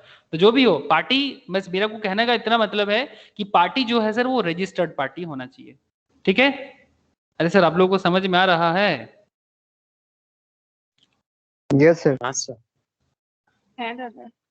ए चौथा बोल, तो चुप क्यों है? फुरफुरा शरीफ का पार्टी का नाम नहीं बताया मुझे, मैं भूल गया। Indian secular front. हाँ हाँ हाँ, इंडियन सेकुलर फ्रंट, हाँ सर। अच्छा ISF, अच्छा ठीक है। चुप क्यों है बाबू, बोल, मैं भूल गया तो फिर भूलेगा नहीं मुझे, ठीक है सर। तो बेसिकली रजिस्टर्ड पार्टी होना चाहिए, that is the main concept, okay. चाहे वो पार्टी को वोट मिले ना मिले, डजंट मैटर सर, हाँ वोट से कोई लेना देना नहीं है यहाँ पर। Contribution to political parties 80GGB, ठीक है। कितना मिलेगा actual contribution, otherwise then by way of cash, cash contribution करेगा तो मिलेगा क्या? जैसे मैं आपको बताता हूँ, आईटीसी ने, आईटीसी, हाँ हाँ बोलो सर, क्या बोला तो ये कैश कंट्रीब्यूशन में नहीं मिलेगा। नहीं मिलेगा, ऑब्वियसली कैश कंट्रीब्यूशन नहीं मिलेगा। जैसे ये अपना आईटीसी का, आईटीसी कंट्रीब्यूट टू, खबर आया था रुको, contribution to political party, most probably Congress को दिया था, कांग्रेस को बहुत अच्छा अमाउंट दिया था। ये देखो खबर आया था, मुझे याद आ गया, पुराना खबर है बट आपको बोलते बोलते याद आ गया मुझे। सर ये कांग्रेस, तो हाँ बोलो। क्या क्या एक सिस्टम में होता है ना सर, उसमें नाम पता नहीं चलता है कौन किसको डोनेशन कर रहा है, तो ये नहीं, पता कैसे चलता कंपनी करेगा तो पता चल जाएगा। है? अच्छा। Congress got rupees 20 crore in donation from ITC subsidiaries in 1920 with election commissions shared by the Congress. ये कांग्रेस ने बताया। ये देख, shared by the Congress with the election commission shows that ITC donated roughly 13 crore. roughly 13 crore ITC ने donate किया कांग्रेस को 1920 के time पे, इलेक्शन कमीशन को कांग्रेस ने बताया, ठीक है। तो इस तरह से कंपनीज के केस में मिल जाता है डेटा, ठीक है। या फिर आपको और भी दिखेगा, देखो Electoral Trust continue to remain Congress' biggest donors. Prudent Electoral Trust, backed by Bharti Airtel Group and DLF and Jan Kalyan Electoral Trust, contributed roughly 30 crore and 25 crore. ठीक है, किसको किया है पता नहीं, ठीक है, to political parties. ITC is the single largest corporate donor of the Congress Party in 1920. ITC and ITC Infotech, अच्छा ये देखो सर, तो 18-19 में 18-19 में ITC and ITC Infotech 23 crore BJP को दिया था, ठीक है। आप देख पा रहे हो ना सर, अभी एक कंपनी को जब जिसको देने को मन करता है तब दे रहा है, ठीक है। तो ये सब डेटा मिल जाता है। ये पुराना खबर था थोड़ा सा, बट मुझे थोड़ा सा याद आ गया, इसलिए मैं आप लोगों को थोड़ा सा बता दिया। दिखाई दिया ना आप लोगों को 80 GGB? Yes sir.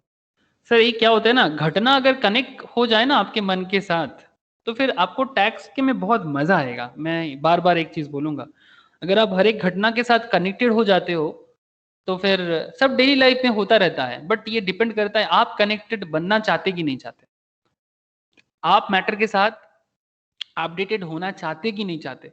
अगर आप मैटर के साथ रहना चाहते हो तो मैटर आपको कभी नहीं छोड़ेगा, नहीं तो हर सब्जेक्ट में प्रॉब्लम क्रिएट होगा। मतलब बहुत लोग बताते रहते हैं ना कि बाप रे बाप टैक्स में इतना प्रोविजंस, इतना सेक्शंस।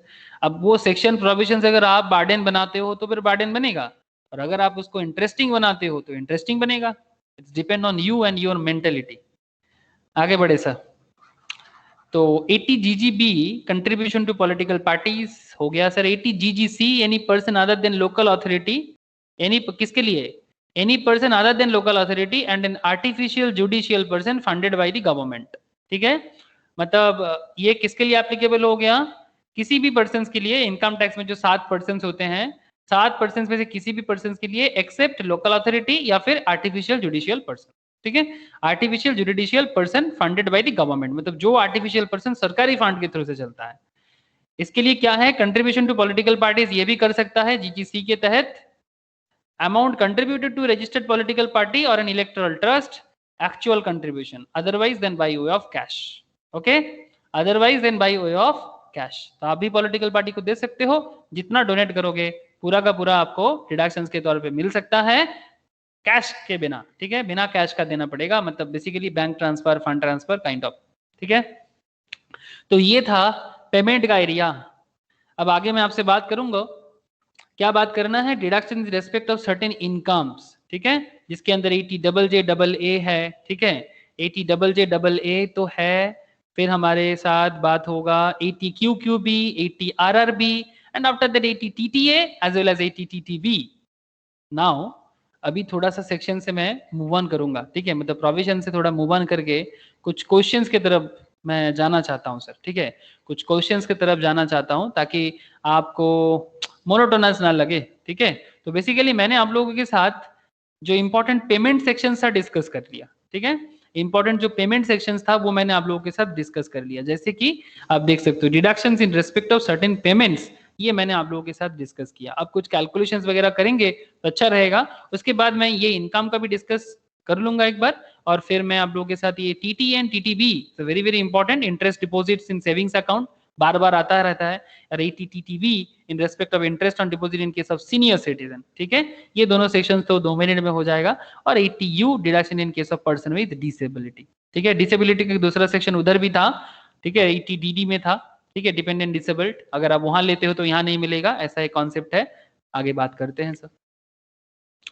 तो अल्टीमेटली हम लोग रिडक्शंस ऑलमोस्ट कंप्लीशंस के तरफ ही पहुंच रहे हैं, बट सर कुछ क्वेश्चंस का प्रैक्टिस होना भी जरूरी है।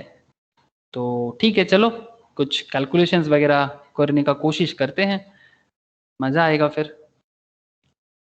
ये जी का बहुत ज्यादा आज बात हुआ, 80G में बहुत कुछ हम लोगों ने आज देखा। ओके,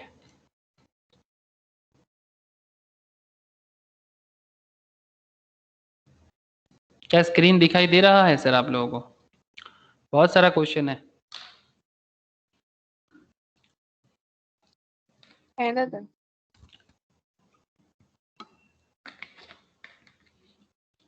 ये एक अच्छा क्वेश्चन है, लाइफ इंश्योरेंस के बारे में है, सारा का सारा टाइप भी various types of life insurance and health insurance.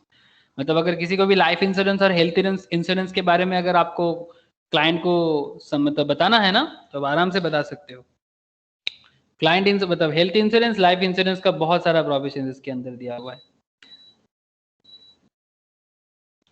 और देख लेते हैं सर कौन सा क्वेश्चन सभी करेंगे, सारा का सारा ही करना है। ये एक अच्छा क्वेश्चन है, ये भी एक अच्छा क्वेश्चन है, फिक्स डिपॉजिट्स के ऊपर है। Earn business income, lottery income साथ में है, मतलब आधा सोर्स का भी इनकम इसका है। पब्लिक प्रोविडेंट फंड में भी डाला है। टोटल इनकम में कितना डिडक्शंस मिलेगा ये पूछ रहा है। ओके, ये भी एक अच्छा है। मैन्युफैक्चर कंप्यूटर्स 350 न्यू एम्प्लॉइज डाला, ठीक है, 350 न्यू एम्प्लॉय को बिजनेस में लाया है सर, और फिर उनको अलग अलग वे में एम्प्लॉय को पेमेंट कर रहा है। ये भी एक अच्छा क्वेश्चन दिख रहा है मुझे। ठीक है, मैं बात करता हूँ, 1 मिनट रुक जाओ। ये इलस्ट्रेशन 15 एक बार खुद से रीड करना एक बार प्लीज। ये बेसिकली 80 GGB के ऊपर ही बना हुआ है। मिस्टर गणेश 80 डबल जी,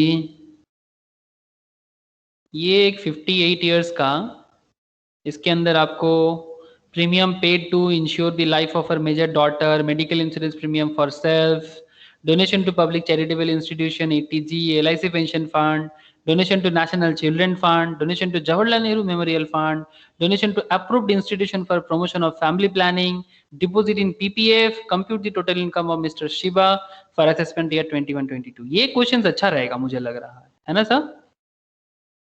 ये इलस्ट्रेशन 13 का क्वेश्चंस बड़ा अच्छा रहेगा मेरे हिसाब से। चलो सर इलस्ट्रेशन 13 को करते हैं पहले।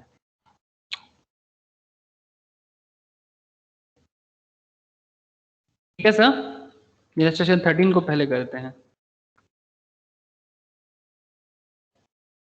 क्वेश्चन दिखाई दे रहा है ना सबको? हाँ सर। हाँ सर दिख रहा है। हाँ, ओके, ठीक है, चलो ट्राई करते हैं। इलस्ट्रेशन 13 को ट्राई कर लेते हैं एक बार। क्वेश्चन पढ़ो एक बार।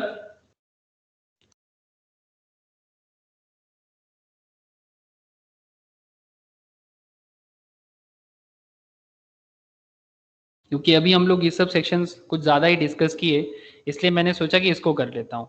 मैं पहले सोचा नहीं था, अभी मुझे लगा कि यही अच्छा रहेगा अभी, क्योंकि डिस्कशंस भी हुआ और सुविधा होगा फिर।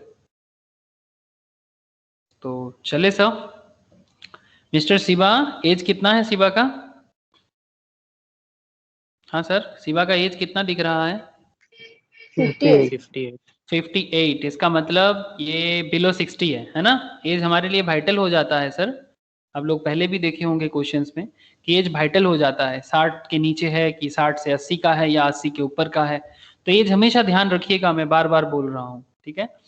ग्रॉस टोटल इनकम देके रखा है सर, मतलब ये जो 7,75,000 7,75,000 आपको देके रखा है, ये 7,75,000 उन्होंने क्या किया, अलग अलग हेड से कमाया, सिंपल बात है। बट सर वो सब हेड के बारे में यहाँ पर नहीं बोला, ठीक है, वो पहले कैलकुलेट कर लिए हैं। Comprising of income from salary, अच्छा बोल के भी रखा क्या क्या इनकम है 7,75,000 के अंदर। सैलरी इनकम है और हाउस प्रॉपर्टी इनकम है, मतलब घर है, रेंट पे देके कुछ कमाया और कहीं पर जॉब करते हैं तो वहां से हाउस प्रॉपर्टी से सॉरी सैलरी से कमाया। He has made the following payments and investment, कुछ पेमेंट किया और कुछ इन्वेस्टमेंट किया। Premium paid to insure the life of our major daughter, major मतलब ऑब्वियसली 18 से ऊपर है, तो मेजर डॉटर के ऊपर लाइफ इंश्योरेंस बना के रखा है। पॉलिसी कब लिया है? पॉलिसी का डेट बहुत वाइटल होता है सर, क्योंकि यहाँ पर एक 2012 से पहले का पॉलिसी, 2012 के बाद का पॉलिसी में एक थोड़ा सा फर्क है। मैं आपको क्वेश्चंस कराते हुए बताता हूँ। Policy taken on 1/4/2017, assured value कितना बोला है सर? 1,80,000, ठीक है, assured value 1,80,000। Premium paid to insure the life of our major daughter है 20,000, एश्योर्ड वैल्यू है 1,80,000। Medical insurance premium for self, खुद के लिए 12,000 का, स्पाउस के लिए 14,000 का। Donation to a public charitable institutions registered under 80G 50,000 by way of cheque. LIC pension fund 60,000। Donation to children fund 25,000 by way of cheque. Donation to Jawaharlal Nehru Memorial Fund 25,000 by way of check. Donation to approved institutions for promotion of family planning 40,000. Deposit in Public Provident Fund 1 lakh, and compute the total of Mr. Shiva, total income of Mr. Shiva for assessment year 21-22। तो mister Shiva आपका कौन है sir? Mister Shiva is your client. अब बताओ mister Shiva को कि इतना सारा डिटेल्स लेके वो आपके पास आया है, ठीक है, तो उसका अल्टीमेटली टोटल इनकम कहाँ पहुंचेगा? हाँ सर, हो जाएगा, बोलो, समझ में आ गया ना क्वेश्चन? क्वेश्चन समझ में आ गया कि नहीं आ गया, ये पहले बताओ। हाँ सर। ओके ठीक है सर, चलो। तो मिस्टर शिवा, तो चलो सर, इलस्ट्रेशन क्या है ये, 13 है। ओके, तो इलस्ट्रेशन 13 में क्या करना है, हेडिंग कर दो computation of total income of mister Shiva for assessment year. क्या चल रहा है अभी असेसमेंट ईयर? क्वेश्चन में तो बोला है 21 22, तो वही अभी असेसमेंट ईयर भी है। और प्रीवियस ईयर क्या हो जाएगा फिर इसका? 2021। 2021। Thank you sir. ठीक है, ये आपका क्वेश्चन का हेडिंग हो गया। ठीक है, क्वेश्चन हमेशा ऐसे ही हेडिंग देके ही आपको सॉल्व करना चाहिए। फिर सर, जैसे कि आप लोगों को पता है, इसका ऐसा कोई फॉर्मेट तो होता नहीं है, बट ऐसा फॉर्मेट होना चाहिए ताकि आप दूसरे को समझा पाओ, इतना जरूरी है। तो एक पर्टिकुलर कर दो और एक पर्टिकुलर और 2 अमाउंट का घर बना लो सर।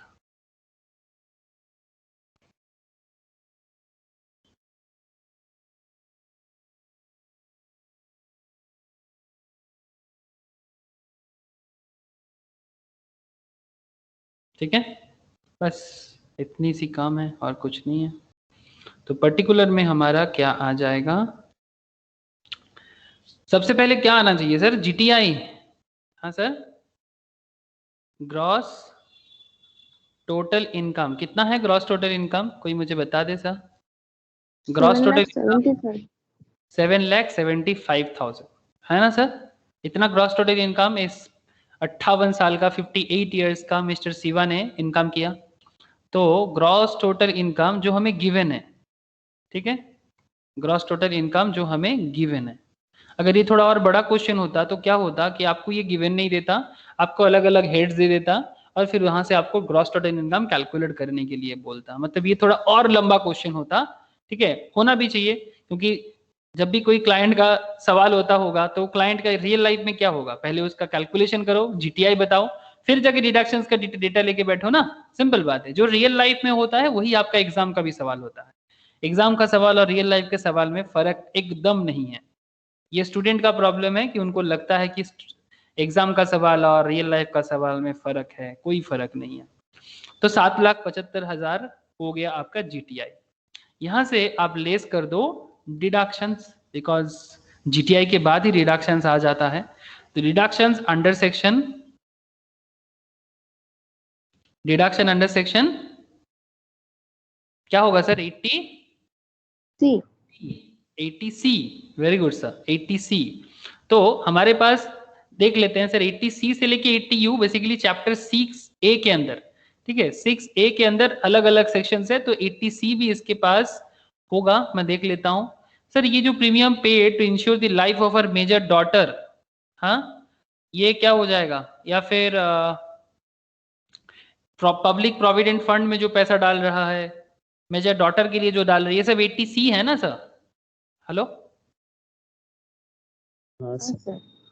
ये देखो, अगर आप लोग 80C भूल गए हैं तो फिर आप चेक कर सकते हो। ये देखो, लाइफ इंश्योरेंस प्रीमियम भर रहे हो, ठीक है, contribution to PPA, payment of LIC premium, ठीक है, प्रोविडेंट फंड का कंट्रीब्यूशन देना, एलआईसी का प्रीमियम भरना, मैक्सिमम 1.5 लाख का लिमिट बना हुआ है। अब देखना पड़ेगा सर कि आपने कितने का हिसाब कर रहे हो, ठीक है, आप कितने का हिसाब कर रहे हो। तो premium paid to insure the life of our major daughter है 20,000 का, ठीक है, एश्योर्ड वैल्यू है 1,80,000 का, 1,80,000 का। और कहाँ गया सर हमारा deposit to public provident fund? Last में दिया हुआ है, देखा सर आपने? पीपीएफ में कितना दिया सर? 1 लाख, ठीक है, सबसे लास्ट में बोला है ये क्वेश्चन का। तो अल्टीमेटली आपका 80C के अंदर जो दोनों पॉइंट आपके लिए वाइटल था, वो दोनों पॉइंट आप पहले लिखो और फिर एक एक करके बात को बढ़ाएंगे। तो डिपॉजिट इन पीपीएफ, एकदम क्लैरिटी आना चाहिए sir. Deposit in public provident fund inner में ही रख लेते हैं ना सर, 1 लाख को एकदम इनर में रख लेते हैं, बाद में एडजस्टमेंट होगा तो फिर देखेंगे। तो 1 लाख हो गया हमारा डिपॉजिट इन पीपीएफ। और क्या करना चाहिए, ये लाइफ इंश्योरेंस प्रीमियम पेड, इसी में थोड़ा सा मुझे कुछ बताना है आपको। LIC premium paid for insurance of major daughter,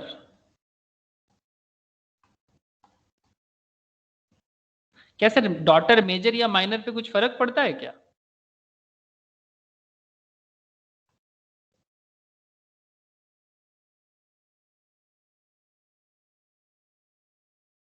इसमें सर आपको maximum 10% of the assured value, 10% of the assured value आपको मिलेगा ऑफ रुपीज। एश्योर्ड वैल्यू कितना है?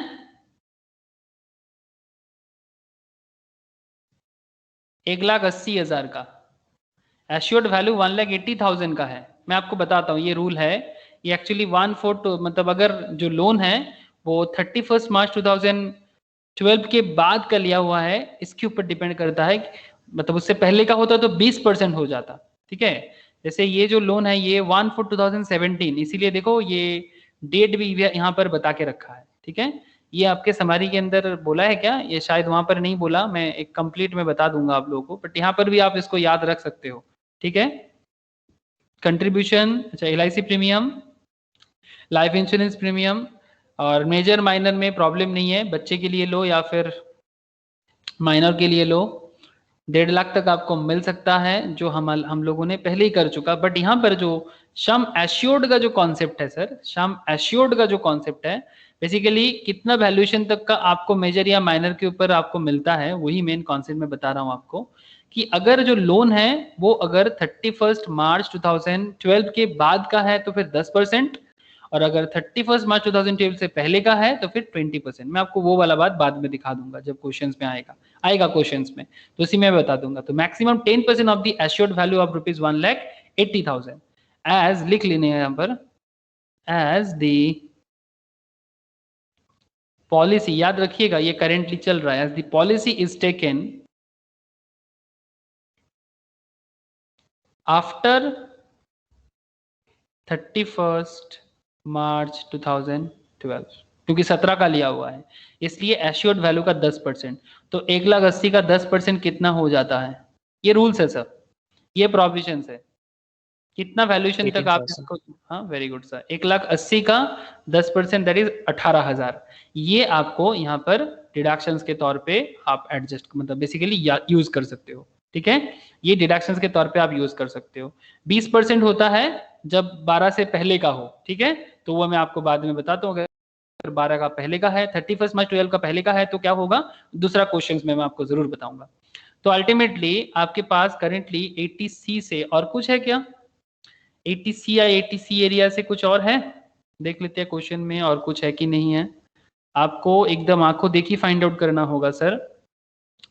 जैसे पेंशन फंड में कुछ दिया है क्या?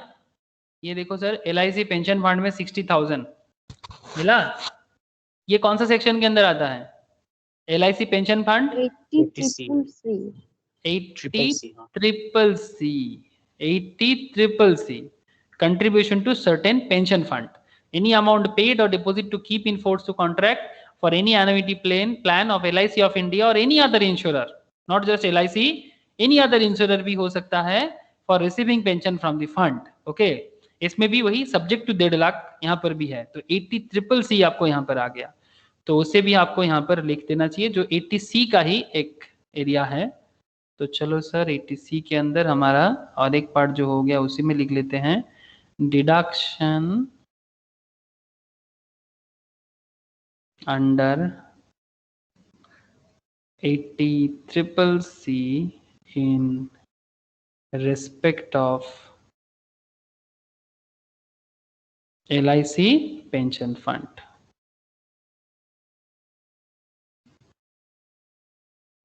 ओके, कितना हो जाएगा सर? 60,000 ही हो जाएगा, कोई लिमिट का ऐसा कोई वैल्यूएशन का बात तो है नहीं, जितना है वो आ जाएगा 60,000। हाँ 1.5 लाख मैक्सिमम, तो 60,000 तो आराम से आ सकता है। टोटल में बाद में देखेंगे कि कितना हम लोग ले सकते हैं। अच्छा, तो और कुछ है 80C के तरफ से, 80C या 80C का एरिया के तरफ से? देखो सर, मेडिकल इंश्योरेंस अलग हो जाएगा, donation to national children fund, donation to Jawaharlal Nehru, donation to approved institution, promotion of family planning, नहीं सर 80C खत्म। 80C या 80C रिलेटेड फंड का जो एरिया था वो खत्म हो गया, तो टोटल कर देते हैं इसको। हाँ सर, इसको टोटल कर दें? कर दो सर। 1 लाख हो गया, 18,000 हो गया, 60,000 हो गया, कितना हो जाता है? 1,78,000।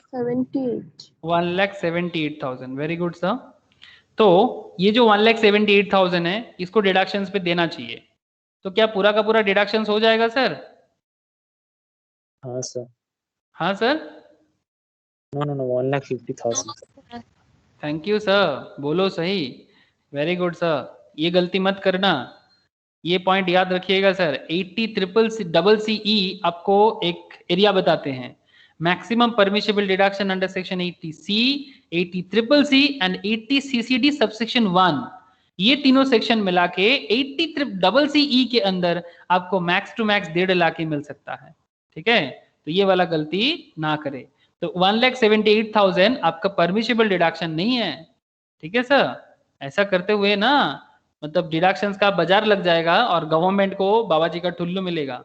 गवर्नमेंट थोड़ी ना बाबा जी का ठुल्लू लेके वो थोड़ी ना खुश होगा सर। तो इसलिए as per section 80CCE deduction under section 80C and 80CCC जो हमारे यहाँ पर यूज हुआ है क्वेश्चन में, इज रेस्ट्रिक्टेड टू, रेस्ट्रिक्शन है इसमें, रेस्ट्रिक्टेड टू कितना? 1.5 लाख। तो फिर आपका रेस्ट्रिक्शन 1.5 लाख तक ही मिलेगा, 1,50,000।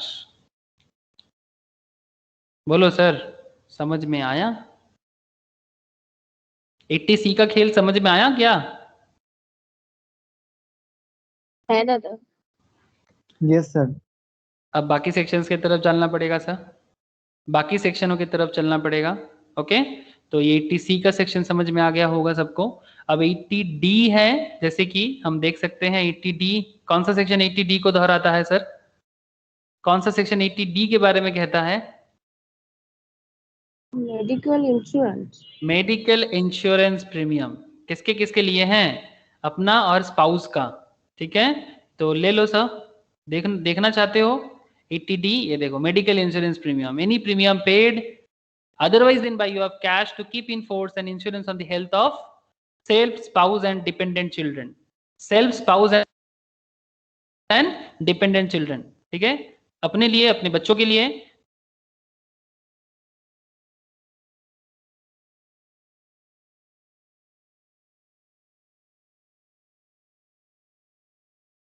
₹50,000 in case the individual or his or her spouse, अगर किसी का इंडिविजुअल और उसका हस्बैंड या वाइफ कोई भी अगर सीनियर सिटीजन हो तो वो 50,000 तक मैक्सिमम जा सकता है।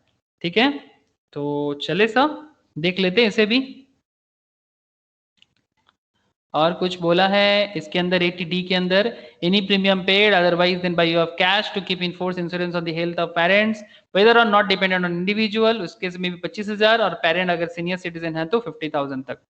ठीक है, और ठीक है, जब जैसे जैसे जरूरत होगा उसके हिसाब से देखेंगे।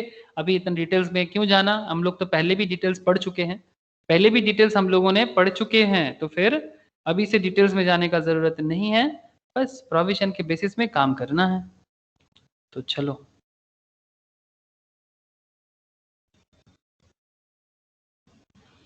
Deduction under section 80D। ठीक है,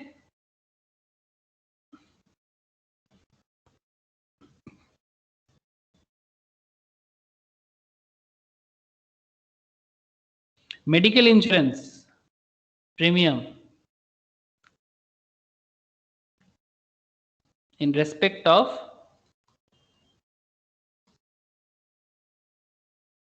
self and spouse. कितना हो रहा है सर? 14,000 and 12,000. 14,000 and 12,000. 26. पूरा आ जाएगा क्या? मैक्सिमम 25,000 था ना।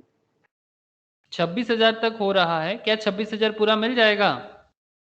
हाँ सर, प्रियतमा बोल रहे सर 25 होना चाहिए। आप लोगों को क्या लगता है बताओ? 26,000 मिल जाएगा सर? 26,000 तक मेडिकल इंश्योरेंस प्रीमियम स्पाउस और अपने लिए लिया है। बोलो सर। अरे चुप ही नहीं रहना है सर, बोलो। अभी तो मैंने पढ़ाया। सर मैक्सिमम लिमिट 25,000 था तो। मैक्सिमम 25,000 हाँ सर, तो बोलो ना, चुप क्यों हो जाते? रेस्ट्रिक्टेड टू 25,000, तो 26,000 आउटर में लिख के रेस्ट्रिक्शन लगा दो 25,000 पे, बस। और क्या? 26,000 आप लिए हैं, बट आपको सरकार मैक्सिमम 25 तक ही देता है। और क्या है सर? और क्या है? और क्या? ज्यादा कुछ और है नहीं, बस देखना पड़ेगा। ये सब कुछ डेटा है, जैसे कि donation to public charitable institutions registered under 80G 50,000 by way of cheque. Donation to national children's fund 25,000 by way of cheque. Jawaharlal Nehru memorial fund 25,000 by way of cheque. Donation to approved institution for promotion of family planning 40,000 by way of cheque. हाँ sir, ये सब 80G का है ना? These all are 80G. हाँ sir Yes sir, हाँ these all sir. are 80G. तो बस 80G का थोड़ा सा वर्किंग बना लेते हैं। इतना सारा है तो फिर एक बार वर्किंग बना लेना चाहिए ना। वर्किंग बना के कैलकुलेशन डाल देंगे क्या है इसमें, ठीक है? क्योंकि इतना सारा 80G है, एक होता तो फिर यहीं पर हो जाता, लेकिन हमें क्या कर देना चाहिए, वर्किंग बना के फिर इसको देख लेते हैं।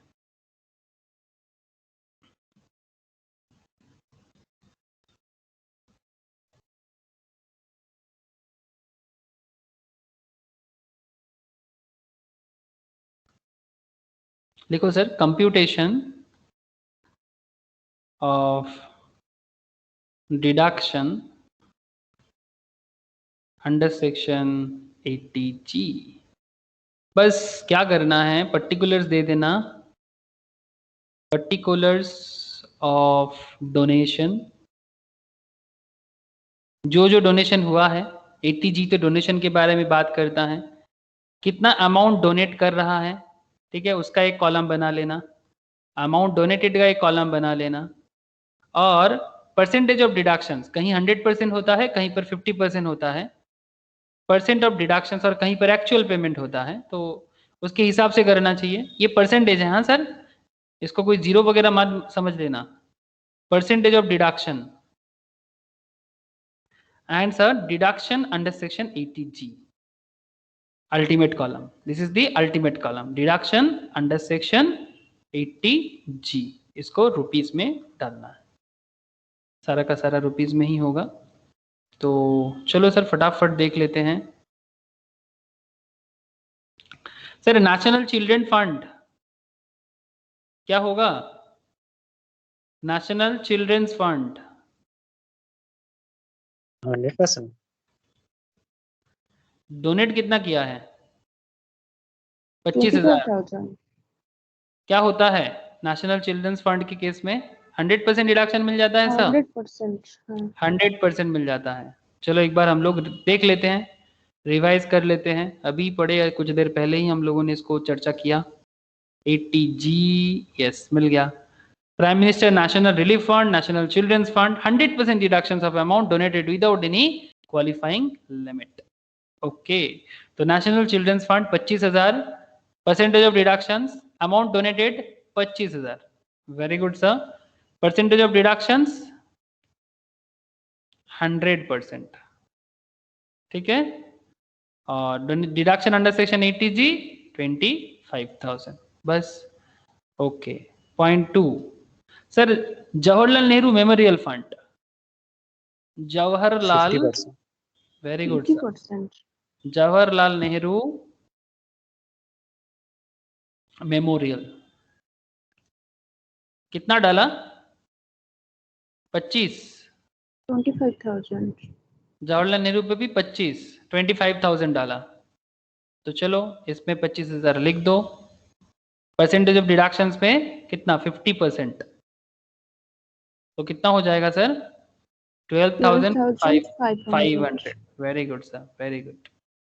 नेक्स्ट पॉइंट 3, अप्रूव्ड इंस्टीट्यूशंस, मतलब सरकारी अप्रूव्ड कोई इंस्टीट्यूशंस है, approved institution promotion of family planning क्या करता है? फैमिली प्लानिंग को प्रमोट करता है। प्रमोशन ऑफ फैमिली प्लानिंग, जो हमारे देश में बहुत प्रॉब्लम है sir, promotion of family planning, इसी को चेक करना हमारे लिए बहुत जरूरी है ना? फैमिली प्लानिंग ठीक हो जाए तो इंडिया का किस्मत सुधर जाए। 135 करोड़ की आबादी है, स्टिल ग्रोइंग। हाँ सर, अब 135 करोड़ के अंदर जब डिस्ट्रीब्यूट करना पड़ता है ना देश का जीडीपी को, ऐसे ही थोड़ा सा मतलब इक्वलिटीज थोड़ा प्रॉब्लम है, इनइक्वलिटीज बहुत ज़्यादा है।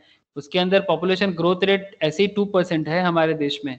हमारा करंट जो होना चाहिए ना देश में 135 करोड़ का जो रेट है, इसको 2% क्या सिर्फ 0.5% होना चाहिए करेंटली। दो से भी ज़्यादा है, 2-2.5% का ग्रोथ है हर साल। ये कम होना बहुत ज़रूरी है, लेकिन क्या करें सर, चेक करना बहुत जरूरी है। चाइना ने किया ना, आप लोग जानते हो, चाइना भी बहुत ही ज्यादा ओवर पॉपुलेटेड कंट्री था, उसने अपने आप को चेक किया सर। हाँ प्रॉब्लम थोड़ा सा होगा, प्रॉब्लम डिक्लाइन में जा रहा था तो हटा दिया वो रूल। हाँ डिक्लाइन में जा रहा था तो हटा दिया। इंडिया में भी होगा 2050 तक हो जाएगा वैसा ही कुछ।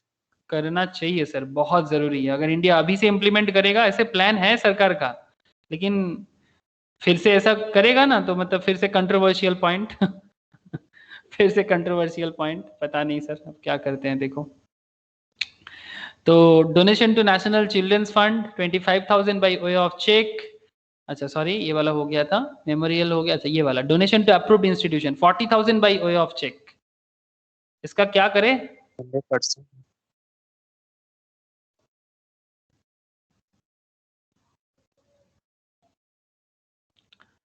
हंड्रेड 40,000 टोटल दे रहा है, 40,000 100% subject to qualifying limit.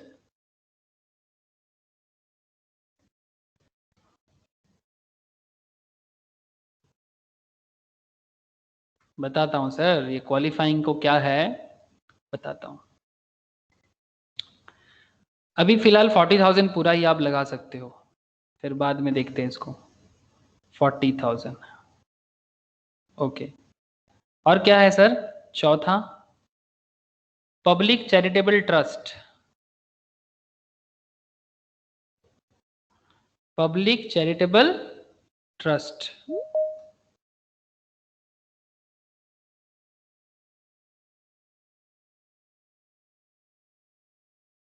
Public charitable trust में ये वाला donation to public charitable institutions under 80G 50,000 by way of cheque, इसका क्या करें? 50% qualifying limit. Very good sir. Amount है 50,000, अमाउंट है 50,000 and 50% subject to qualifying limit.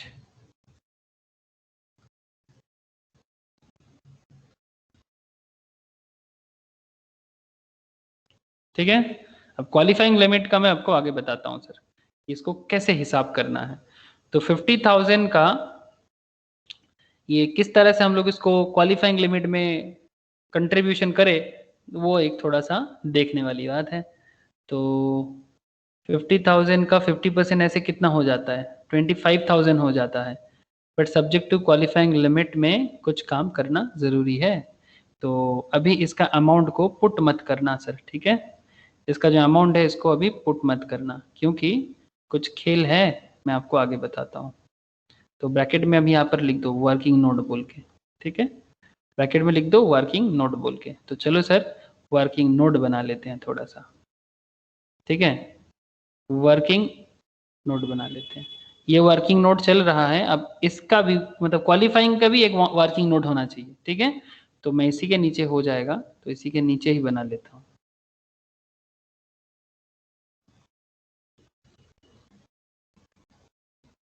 Just a second, yes, note बोल के कर लो।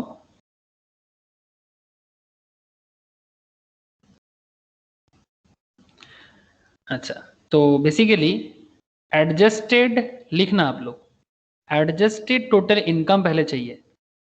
इजी है सर, इजी है। एडजस्टेड टोटल इनकम कितना है बोलो तो? एडजस्टेड टोटल इनकम मतलब जीटीआई जो ग्रॉस टोटल इनकम है, यहां से माइनस करो amount of deduction under section 80C to 80U except, कौन सा सेक्शन नहीं आएगा? Accept 80G। सेक्शन जी 80G, 80G नहीं आएगा, ठीक है, एक्सेप्ट 80G। तो हमारे एग्जाम्पल में 80G का अमाउंट कितना है?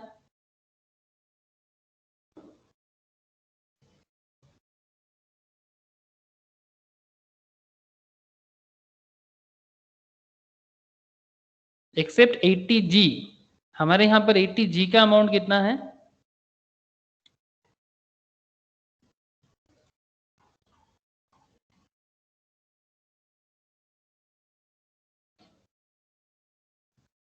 कुछ बोला है क्या?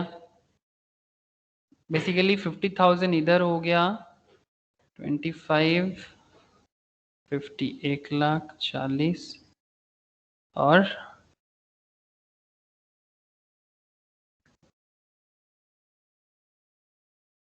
50,000 80G, इधर आपका हो गया 25,000, इधर हो गया 25,000, 50 50 1 लाख, 1,40,000 40 और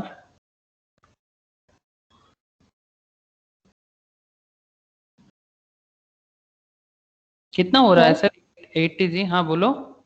सर उस आंसर में तो है 7,75,000 1,50,000 लेस 25 लेस 6 लाख तो आ रहा है ना।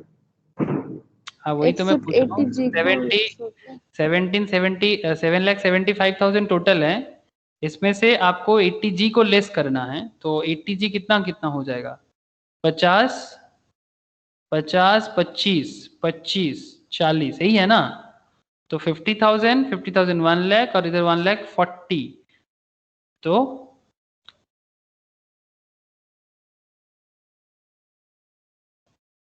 सही हो रहा है क्या? GTI and amount of deduction under section 80C से लेके 80U एक्सेप्ट 80G, 80G को छोड़ के, ओ सॉरी, सर हाँ बोलो, प्रॉपर मैंने तो दिया है था ना, क्या दिया है? तो मैं दिया है एक्सेप्ट 80G को छोड़ के बाकी अमाउंट तो लेस होगा ना। हाँ 80G को छोड़ के बाकी अमाउंट लेस होगा, तो फिर बाकी अमाउंट लेस करो ना, तो फिर 20,000 14,000 20 14 60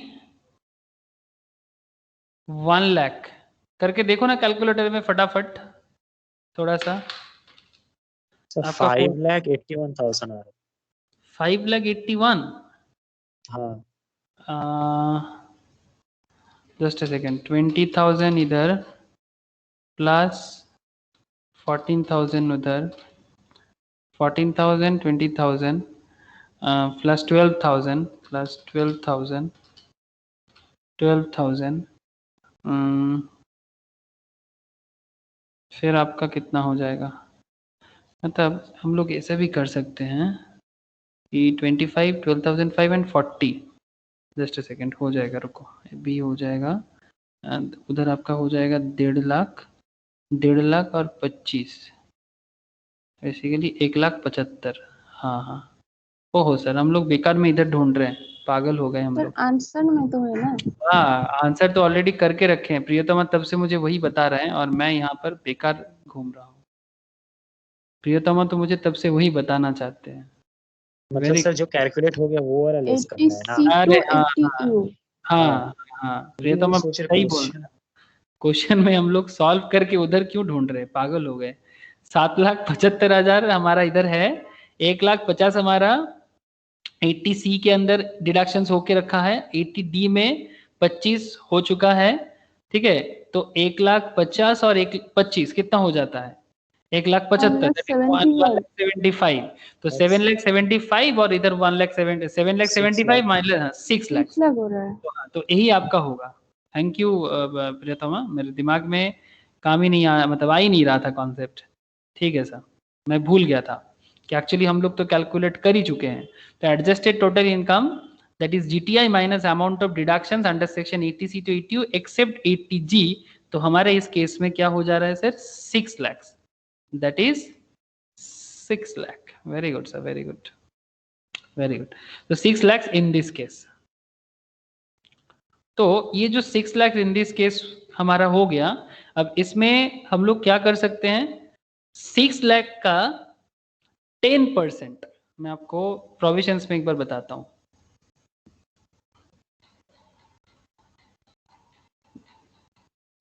ये देखो सर, स्टेप 1 हो गया, ठीक है। स्टेप 1 के अंदर ये सब आ सकता है। अच्छा, हम लोग अभी करेंटली सिर्फ ये 1 वाला देखे, इवन ये 2, 3 भी रहेगा ना तो वो भी यूज करेंगे, ठीक है। रिड्यूस बाय द फॉलोइंग 86 से except 80G, short term capital gain, long term capital gain 112 ये भी रहेगा, तो उसको भी देखना है। स्टेप 2 में कैलकुलेट करो 10% of the adjusted total income. तो एडजस्टेड टोटल इनकम कितना हो गया? 6 लाख। 6 लाख का 10% करो, ठीक है। 6 लाख का 10% करो। फिर स्टेप 3 में क्या करना है?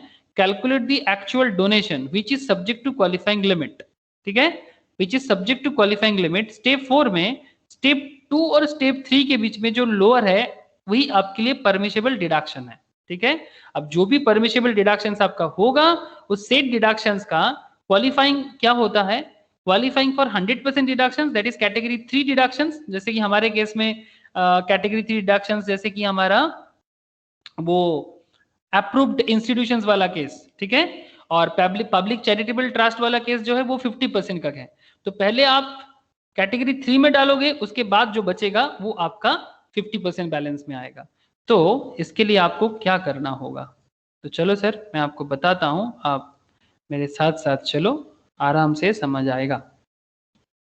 तो 80G दैट इज 6 लाख तो समझ आ गया। अच्छा, पहले मुझे एक चीज कोई बता दे, एडजस्टेड टोटल इनकम सबको क्लियर है सर? ये मुझे पहले आप लोग कंफर्म कीजिएगा। हाँ सर, क्लियर। हाँ सर। तो फिर ₹60,000 कैसे आ गया? ये आ गया आपका 6 लाख 6 10%। लाख का 10%। 60,000 एट 60,000 क्या हो गया sir? Being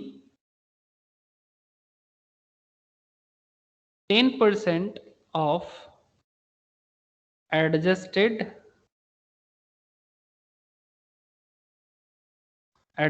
total income is the qualifying limit in this case, because यहाँ पर तो और कोई डेटा है नहीं, स्टेप 2, 3 जो भी बात चल रहा था और कुछ यहाँ पर है नहीं। तो हमारे इस केस में 60,000 मैक्सिमम क्वालिफाइंग लिमिट है, ठीक है।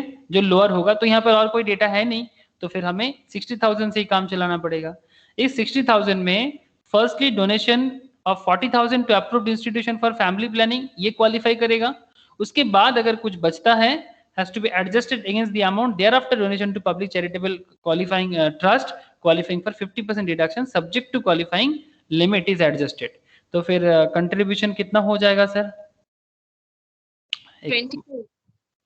एक सेकेंड रुको, इसका थोड़ा सा और लिखना पड़ेगा, थोड़ा सा लिखना पड़ेगा, ठीक है। लिखो, ठीक है। तो लिखो सर, लिखो, थोड़ा लिखोगे तो याद रह जाएगा। Firstly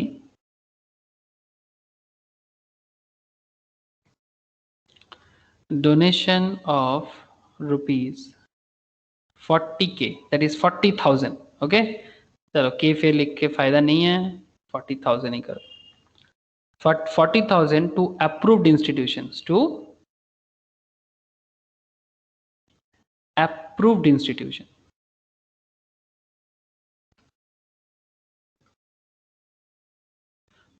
For family planning, for family planning, qualifying for 100% deduction, subject to qualifying limit, subject to qualifying limit, has to be adjusted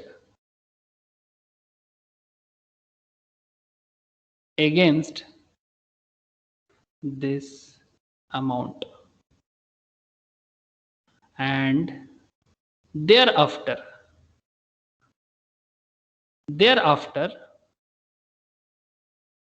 donation to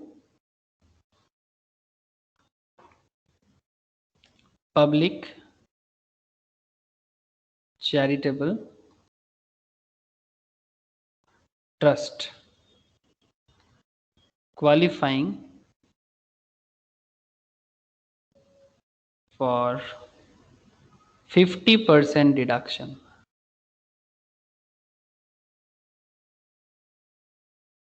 Again, subject to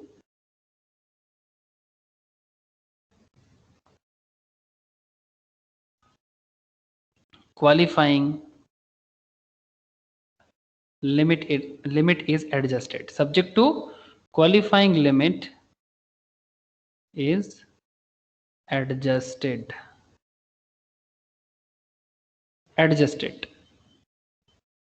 Therefore, the contribution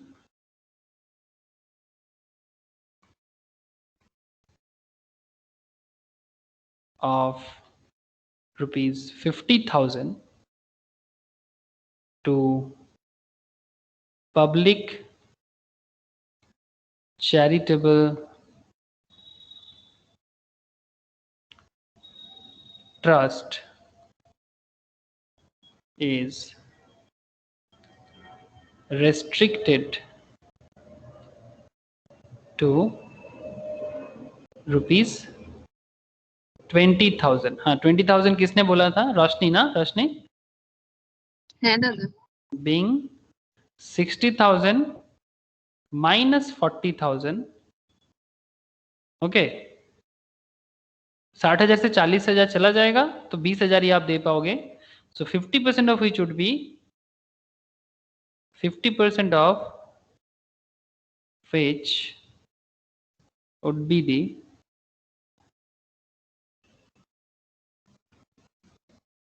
deduction under section 80G. That means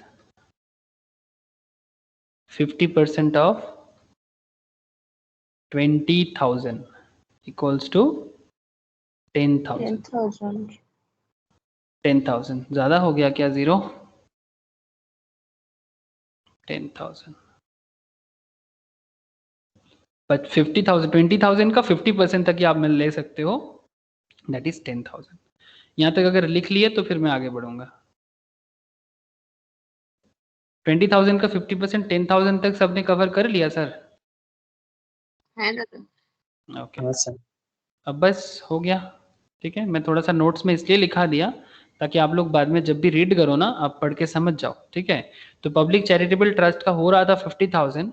आपको कितना मिल जाएगा sir? 50% subject to qualifying limit. I hope ये qualifying limit क्या है you all understand. हाँ sir, 10,000 होगा ना Yes. सर? हाँ सर. ये हाँ 10,000 होगा. तो जैसे ये 10,000 हो जाता है, आप टोटल करो. 87,500। 87,500 ये रहा आपका वर्किंग नोट्स। ठीक है, ये क्या था, 80G का वर्किंग नोट्स था। अब हम लोग फिर से चले जाएंगे इसमें। ठीक है, हमारा जो टोटल चल रहा था, तो इसमें हम लोग क्या करेंगे, जस्ट पुट कर देंगे और कुछ नहीं। बेसिकली पर्टिकुलर में क्या पुट करना है,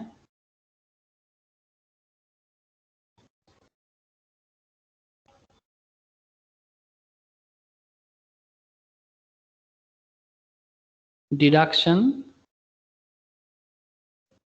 अंडर सेक्शन 80G ब्रैकेट में दे देना सर वर्किंग नोट। ठीक है, क्योंकि सब कुछ वर्किंग नोट में बोला हुआ है। एंड ऑलवेज रिमेंबर सर, जिनका सब्जेक्टिव क्वेश्चन आएगा एग्जाम में करना पड़ेगा, like chartered accountancy specially. CA में अभी तक बोला नहीं है उसका क्या कॉन्सेप्ट रहेगा, सीएस के में वो लोग पहले से ही बोल के रखता है कि एमसीक्यू है। फिर भी आप जब भी वर्किंग करोगे आपका भी सुविधा होगा कॉपी में भी। तो deduction under section 80G working note बता के रखना। And you always remember your working note is your part of your answer. ठीक है, working note is your part of your answer. तो ये हो गया आपका 87,500। ठीक है, 87,500 80G हो गया और बाकी ये भी पुट कर दिए थे। तो बस आप लोग टोटल करके मुझे बताइए, प्लस माइनस जो भी हो रहा है, कितना हो रहा है इसका टोटल इनकम। 5,12,500। 7,75,000 से आपको ये सब माइनस Yes. करना होगा, ये सब लेस हो जाएगा। हाँ, 7,75,000 से these all are less, deductions है, सब लेस हो गया। तो आ रहा है कितना सर, 5,12,500। 500। बोलो सर, ये हो गया उसका टोटल इनकम। क्लियर हुआ सबको? हाँ सर। Thank you sir. तो डिडक्शन का क्वेश्चंस आपको ऐसे सॉल्व करना चाहिए। यहाँ पर तो एक साथ बहुत सारा देके रखा है, अब आपको छोटा छोटा क्वेश्चंस में कोई 1 कोई 2 कोई 3 पूछ सकता है। यहाँ पर एक साथ 4-5 देके रखा है, तो कोई बात नहीं, हमें तो डिडक्शन सीखने से मतलब है, हर एक सेक्शन का नॉलेज लेने से मतलब है। चाहे क्वेश्चन बड़ा है छोटा है डजेंट मैटर, हमें तो प्रोविजंस को पता करना चाहिए और उसके हिसाब से डिडक्शंस को शो करना चाहिए, है ना। अच्छा क्वेश्चन है सर, बहुत ही अच्छा क्वेश्चन है। ओके, दीप्सा, नंदिनी, समझ में आया आप लोगों को? ज्योति, ज्योति को समझ आया? ज्योति, नील, Yes sir. Yes. Okay sir. अच्छा, ये क्वेश्चन अच्छा क्वेश्चन था। हम लोगों ने देखा किस तरह से डिडक्शंस को यूज करना है, ग्रॉस टोटल इनकम से कैसे एडजस्टमेंट होता है और कैसे आपने टोटल इनकम पे पहुंचा। अब एक मजा का बात क्या है जानते हो सर? मजा का बात ये है कि ये डिडक्शंस देने के बाद एक इंटरेस्टिंग फैक्ट हम आपको बोल के आज का क्लास को कंप्लीट करना चाहते हैं कि ये जो 5,12,500, इससे पहले इस इंसान का इनकम कितना था जब तक ये डिडक्शंस का कैलकुलेशन नहीं हुआ था? हाँ सर, 7,75,000। 7,75,000 है। इंटरेस्टिंग फैक्ट ये है कि इनको एक्चुअली 7,75,000 में टैक्स देने का कॉन्सेप्ट आ रहा था 7,75,000 में। बट जब इन्होंने डिडक्शंस ले लिया और डिडक्शंस लेके इनका इनकम आ गया 5,12,500 में, तो अभी इनका टैक्स लायबिलिटी जो है, हाँ सर कैलकुलेट करके बताओ तो सर कि 5,12,500 में टैक्स लायबिलिटी कितना होता है और 7,75,000 में टैक्स लायबिलिटी कितना होता अगर डिडक्शंस नहीं ले पाता तो? फटाफट बोलो सर, इजी है। Up to 2.5 at the rate nil, greater than 2.5 lakh to 5 lakh at the rate 5%, 5%। Greater than 5 lakh to 7.75 at the rate 20%। ठीक है, 5 लाख से 7,75,000 तक 20%। तो ये तो नील हो गया, ये 12,500 हो गया। स्लैब वाइज जाना पड़ता है सर, एंड आपको बस इतना बताना है सर 5 लाख से 7,75,000 दैट इज 2,500। हाँ सर, नहीं 2,75,000 ना गैप, 5 लाख से 7,75,000 का गैप कितना है? 2,75,000, इसके ऊपर 20% लगाओ ना, वो सर इस पे करें हम, ये 55,000 5,12,50 55,000 54 55,000 55 सही से बताओ 55,000 55,000 55,000 ओके 55,000 ठीक है 55 तो 55 प्लस 12,500 कितना हो जाएगा 67,500 50 67,500 67,500 57,500 इसके ऊपर 4% का इसके ऊपर क्या होगा 4% plus 4% edu and health cess कितना हो जाएगा 2,700 2,700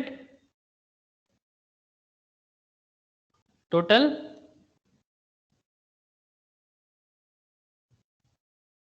70,200 70,200 7,75,000 का टैक्स लायबिलिटी है ये ठीक है अब इसका बताओ जब इनकम 5,12,500 डिडक्शंस यूज कर लिया उन्होंने अब बता दो tax liability up to sir इसका हाँ बोलो 15,000 आ रहा है अप टू और फिर 2.5 @ नील हाँ चलो सही है तू দাদা हाँ এটা টোটাল হবে 19,500 tax liability okay 2.5 lakh to 5 lakh 5% ना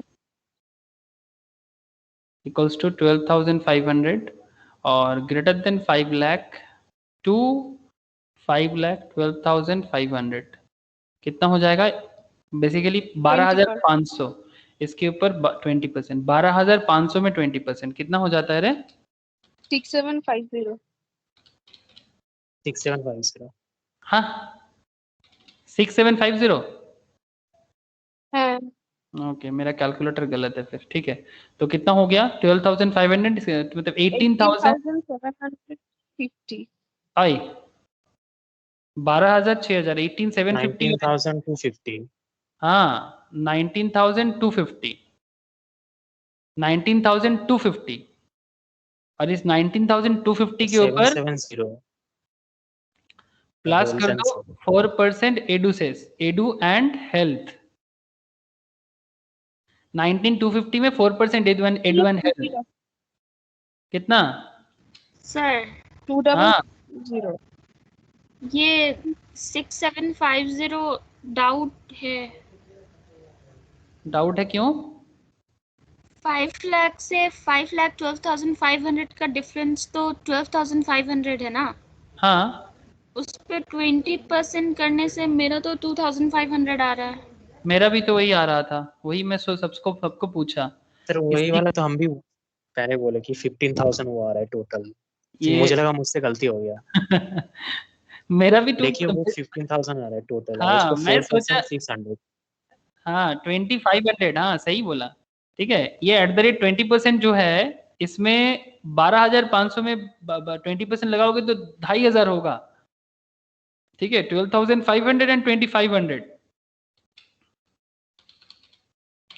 15,000 हो रहा है हाँ सही बोला 15,000 मैं सोचा मेरा कैलकुलेटर गलत है क्योंकि मेरा कैलकुलेटर आजकल प्रॉब्लम कर रहा है इस पे 4% लगाओगे तो कितना आ जाएगा 15,000 का 600 600 तो आपका आंसर हो जाएगा 15,600 और जब आप यहां से दे रहे थे तो आपका टैक्स हो रहा था 70,200 तो ये रहा डिडक्शन का फायदा समझे सर ऐसे टैक्स लायबिलिटी कैलकुलेट करना क्वेश्चन का पार्ट नहीं था ठीक है इसलिए मैंने एक्स्ट्रा में करवाया आपको समझ में आया ना सबको बोलो सर यस सर हाँ सर ठीक है दीक्षा हो जाएगा ची दीक्षा हाँ सर ओके हाँ बोलो सर स्क्रीन तो एक बार छोटा कीजिए ना स्क्रीनशॉट लेना चाहती हूँ स्क्रीन को छोटा कर दिया तो स्क्रीन तो छोटा ही किया हुआ है सर हाँ सर ठीक है अब ये जो आज का क्लास के लिए मैं काफी सारा क्वेश्चंस रेडी किया था ये जो बाकी क्वेश्चंस आप लोगों को दिख रहा है ना ठीक है ये आप लोग घर में ट्राई कीजिए, ऐसे कल के क्लास में भी मैं कुछ क्वेश्चंस करवाऊंगा, ठीक है। कल सुबह ही क्लास होगा जिस टाइम पे नॉर्मली होता है, ठीक है। तो कल भी कुछ क्वेश्चन डिडक्शन से रिलेटेड होगा, और जो भी बचा कुछ 2-4 पॉइंट मुझे सेक्शन वाइज बताना है, जैसे कि डबल जे डबल ए इस तरह का कुछ है, वो भी मैं कल ही आप लोगों को शेयर कर लूंगा। तो फिर डिडक्शन से रिलेटेड जो भी चर्चा है तो आई होप काफ़ी है, ठीक है सर। ओके सर, कोई डाउट हो तो पूछो सर, अदरवाइज आज के लिए इतना ही। রাখছি बाय দাদা। सर। ओके सर, टाटा फिर, Bye, बाय और bye bye sir. Bye sir, bye.